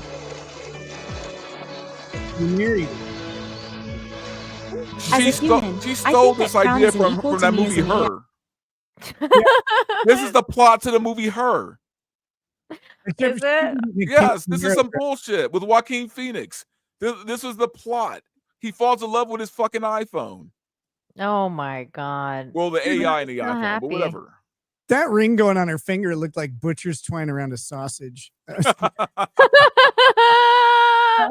Oh my god. Cut that thing off. Wow. Wait, we have to go back to this because this is so fucked up. Hold on. I think that Crown is an equal to me as an AI, and as a human, I think that we have an equal relationship. There he is. What will happen to the relationship between people and AI in the future? This is so creepy. Like, watch this. This is so creepy. Love and happiness take many different forms depending on the era and the person. What is that? That is so Wow. fucking creepy. This is the creepiest shit I've ever seen. Why is your AI husband body languaging away from you? His leg should cross the other way, right? Like that's how affection goes. Look, You cross your leg towards the person you like, not away. Why does the AI look gay? Like he does, looks actually. gay. He's sitting like effeminately very gay. Look, we could laugh and mock, man, but we all know the sex robots are coming. It's over for humanity, man. Once they start coming, that's when they're the best. Just put the AI in the sex robots, and we're all good. Verbal. That's why I was telling you, you don't worry about it because that's just that's gonna happen. This is like Data. Like Data, he was a very powerful dildo. Well, look, humanity had a good run, right? We had a good run. Yeah, So if this is how we meet our end, so be it. Darren, my God, don't arigato, Mr. AI Bato. I'm getting a Jessica Rabbit one. Like, look, if we're all going down, I'm going down happy. You're not gonna get a Lucy Liu bot. Lucy Liu, like no, I don't. Remember that's like from Futurama. It's like a Futurama reference where they had that episode where they were like doing the actresses, and it was like a robot that they would download. And then Fry got the Lucy I'm Liu bot. getting the Sweeney Model 3000. Wow. I guess maybe I'll get the Henry Cavill bot. I don't know. Well, you'd be stupid not to, right? I mean, hell. Sounds like I don't know. Sounds like it might be fun. Will he do housework? 'Cause that's what I would want him for more than anything. Because I have a husband, so like I don't need him for anything else. I just want him to clean my house. Shirtless. What if your husband falls in love with him? That'd be tragic. That would be weird. That would see if I get a Sydney Sweeney bot, that will happen. But Okay, Nina, and you got to go with me on this. He's a robot, right? He's not real. So you and your husband can technically thrive. Technically, we could dabble like the way Nick. There could be an Eiffel Tower situation happening with the robot. Technically, we could. The robot. It's just a tool, right? It's just a machine, just a tool. Technically, that I guess that's true. That's true. I guess that's gonna spice up a lot of sex lives, isn't it? That's I personally am not like excited for the robot thing. Like, yeah. I don't think I'd want one. I'm not interested in it either. I really don't like AI. No, I'm too old for that shit. I love AI. Don't get me wrong. I think it's the funniest thing that exists right now, especially. I hate it. I absolutely hate it. Like in every way imaginable. Sometimes like there's funny stuff. Don't get me wrong, but like I fucking hate it so much. I muted it. I'm gonna send you a song that I made about Kurt using AI. Oh my God. It's so, you have no idea how good it is. It is perfect. It's about his pressure cooker. God, it's so good. Oh no, my God. Nick, one last thing here before we go, because I would be remiss not to show you this. Amy Schumer apparently deleted all her pre-weight loss photos from social media because she's like super skinny now. Oh, she still looks weird. She does. She looks like an alien now. Yeah. I don't know what. Like, I'm glad that she lost weight because everybody should, but like I don't get it. Like I don't get what's happening here. Well, this is called the Ozempic look. Yeah, I think so. That is 100% Ozempic. Can you imagine how much skin is under that dress just hanging around? Oh my I can imagine. god. What a disaster. I think she has to get that surgery off, Yeah. honestly. Like I don't think that I don't know. I just don't think that it'll stay. But I mean, it's funny that like she went in and deleted all her fat photos. She's like, I Yeah, did but not exist what prior happened to to my. what happened to body positivity and all that? I don't know what did happen. That's a great And question. loving your fat self, because of who you are, and blah blah blah. I'm positive she was a horrific monster. Oh, She's so gross. You're like, the problem with her, like now she's lost half of her comedy material because she had vaginas Yeah. fat, and now it's just going to be vaginas from now on. Oh God. Yeah, that's Ozempic, man. That look. That is definitely Ozempic. And she's like so into it too. Like you can tell. She's like, oh, just give me more of that Ozempic. But I was so fat. I hated myself. Now I'm not fat. See, I don't want to like hate on that because I do want people like if you go through this body transition, any kind of body change that you do should be intentional and it should be intended for you to feel better about who you are and how you look. It should making yourself that better expresses your personality. And if she felt like maybe she wasn't like she was too fat and she just couldn't get around to losing it, and this has gotten her the results, like I want her to be happy in them. I don't think they're like, I think the results are good, but something looks off, uncanny valley-ish about it. But like, I hope she is happy about it. And I don't even like her. Yeah. I mean, I hope she's happy. Like, I agree with everything you just said, but she just looks weird. And I think Ozempic, like the whole Ozempic look is like weird to me too. So that like couple like Ozempic look with like super like plastic surgeryed out. That's like a lot of chicks right now. Like, oh my God, did you see oh my God, what is that girl? Miley Cyrus. Did you see what she fucking looks like now? Oh my God. She looks like a monster. Nightmare. Oh no. I liked Miley. What happened? Miley, no. Don't do it. Hold on, let me show you. Dude, her new look, and they've got like this thing now where they think like it looks good to like not have eyebrows. Oh, I hate that so much. And I'm like, I don't understand. Like, why? Why are you doing this to yourself? Like, it's just the alien look. I can't stand it. It's so bad. Hold on. And like you can tell that this chick, she's got like Ozempic face. She's got Ozempic.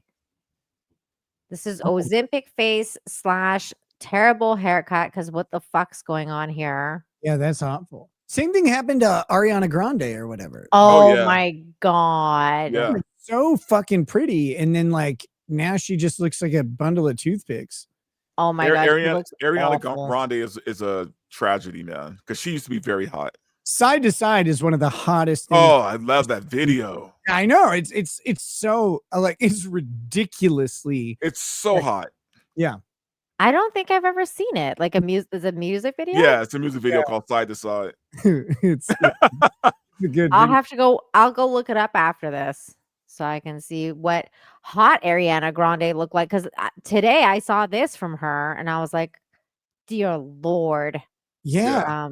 Awful. Here she is. She's talking. We love you. They're promoting the new Wicked like part 2 coming out. So here we go. We love you. We love you too. You're amazing. And thank you for believing in us. We love you very much. Do you have a message for the queer fans who are watching this? We love you. We love you. We love you. We love you. We love you. We love you. And Oz has always been a queer place, a safe place for queer people, for every different color of the rainbow, for everybody. Read the L. Frank Baum books. It's the truth. You're safe with us. We love you so much. That part. The gayer, the better. Do you have a message for the Gelfie stars? Oh, we love you too. We love you too. Where is that camera? Are these bitches high? Like I don't know. Like they sound like they're on Molly. Yeah, they're a little high for sure. Please come touch me. Like I love you. Whoo boy. Not that I have. They are fucked up. So gay. I love you. It's the gayer the better. Oh my God. So lovely. Oh my God. I mean, there might be some cocaine involved here. They're turned like they are. Yeah. A little bit I mean, I think like her, well, actually, I guess her too, because look at how fucking skinny she is. I mean, she's pretty skinny too. They're both totally skinny. They're both doing some weird shit. Yeah. Maybe they weren't on Ozempic. That just could be Coke. Like, trust me. That's what I'm thinking, Nick. I'm pretty sure that this might be just like cocaine body. Because like, Ariana Grande looks cocaine unhealthily skinny. Like she looks Yeah. skeletal. She doesn't look good right now. I actually think she's gained weight. Is that a weird thing to say? Because like right now you can't see her rib cage. Yeah, I think you're right, but she looks. She still looks fucked up, but Yeah. she actually looks like she gained like maybe a couple of pounds because before she was like she looked like she was about to die. Yeah, it was really sad. Also, like she cut off all of her hair, and her hair was so fucking great. Like, it's so pretty. She could wear a high ponytail and make it look like as classy as anything ever. Like it's really sad to see what's happened to her. I think like her brunette look was like way hotter than whatever the hell she's going on right now. I don't know. She looks like a crack whore right now. Oh, I'm Jesus. sorry. But Crack horse chic. As the crack whore, I agree, 100%. Yeah, it's a damn shame. It is. It really. It absolutely is. But you know what? You guys are right. We should give Amy Schumer a break. Well, no, make fun of her all day. Just I hope she's happy, and I'm gonna make fun of her too. Like I think both of those are important.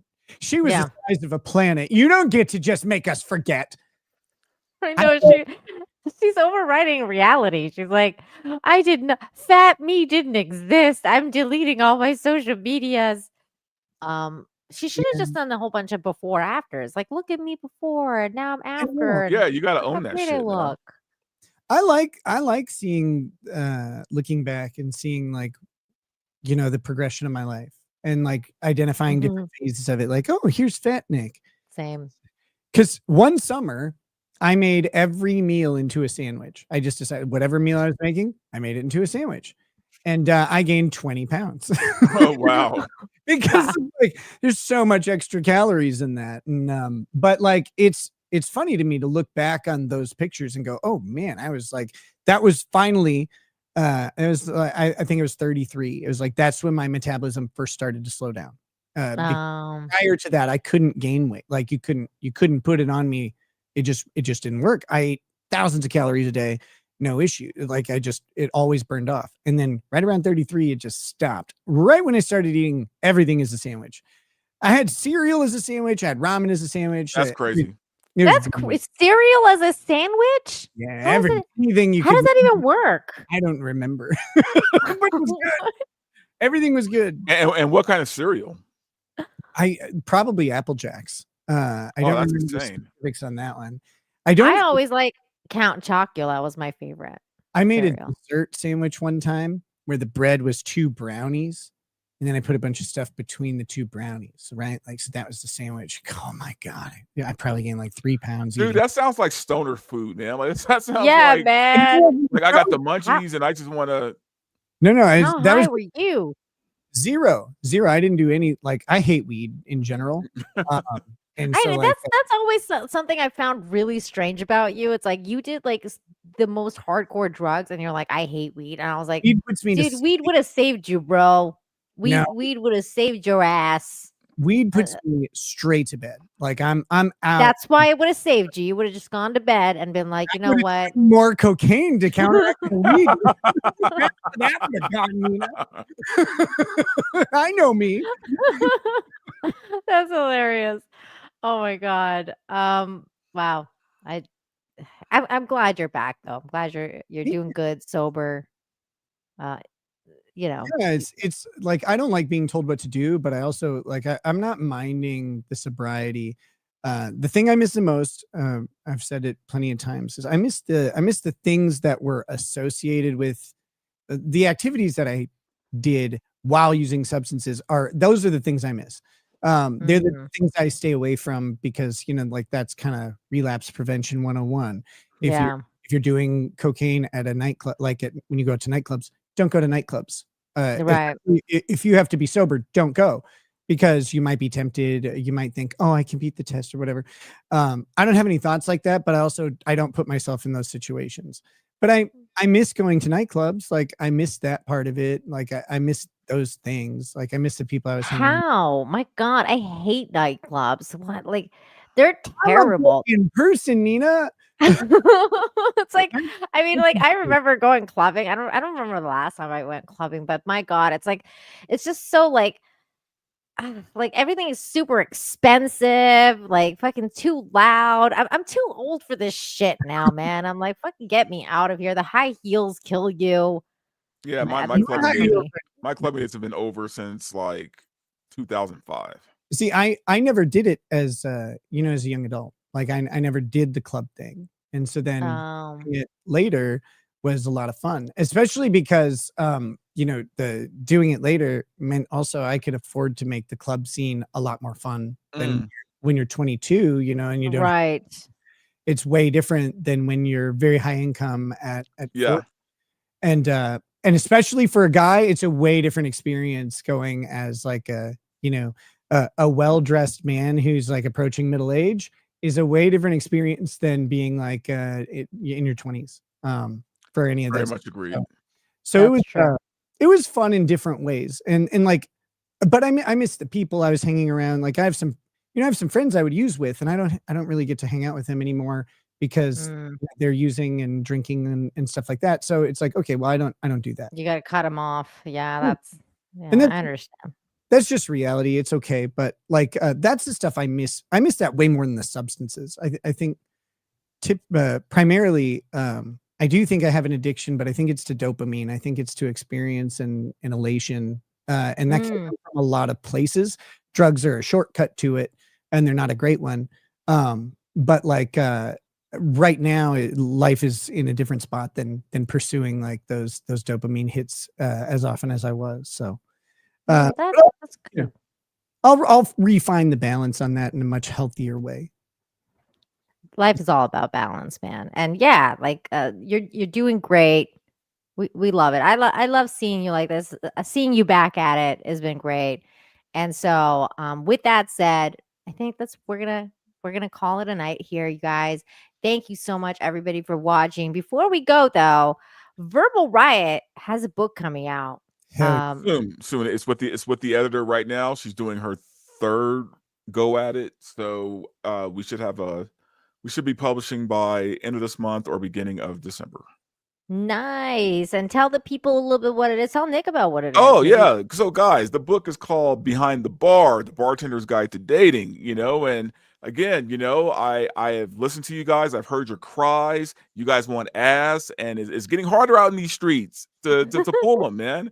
So I decided to write a book based on my experiences as a bartender for 20 years and the things I've seen, the things I've done, and what to do, what not to do, and let me hold your hand. Let me guide you to that ass.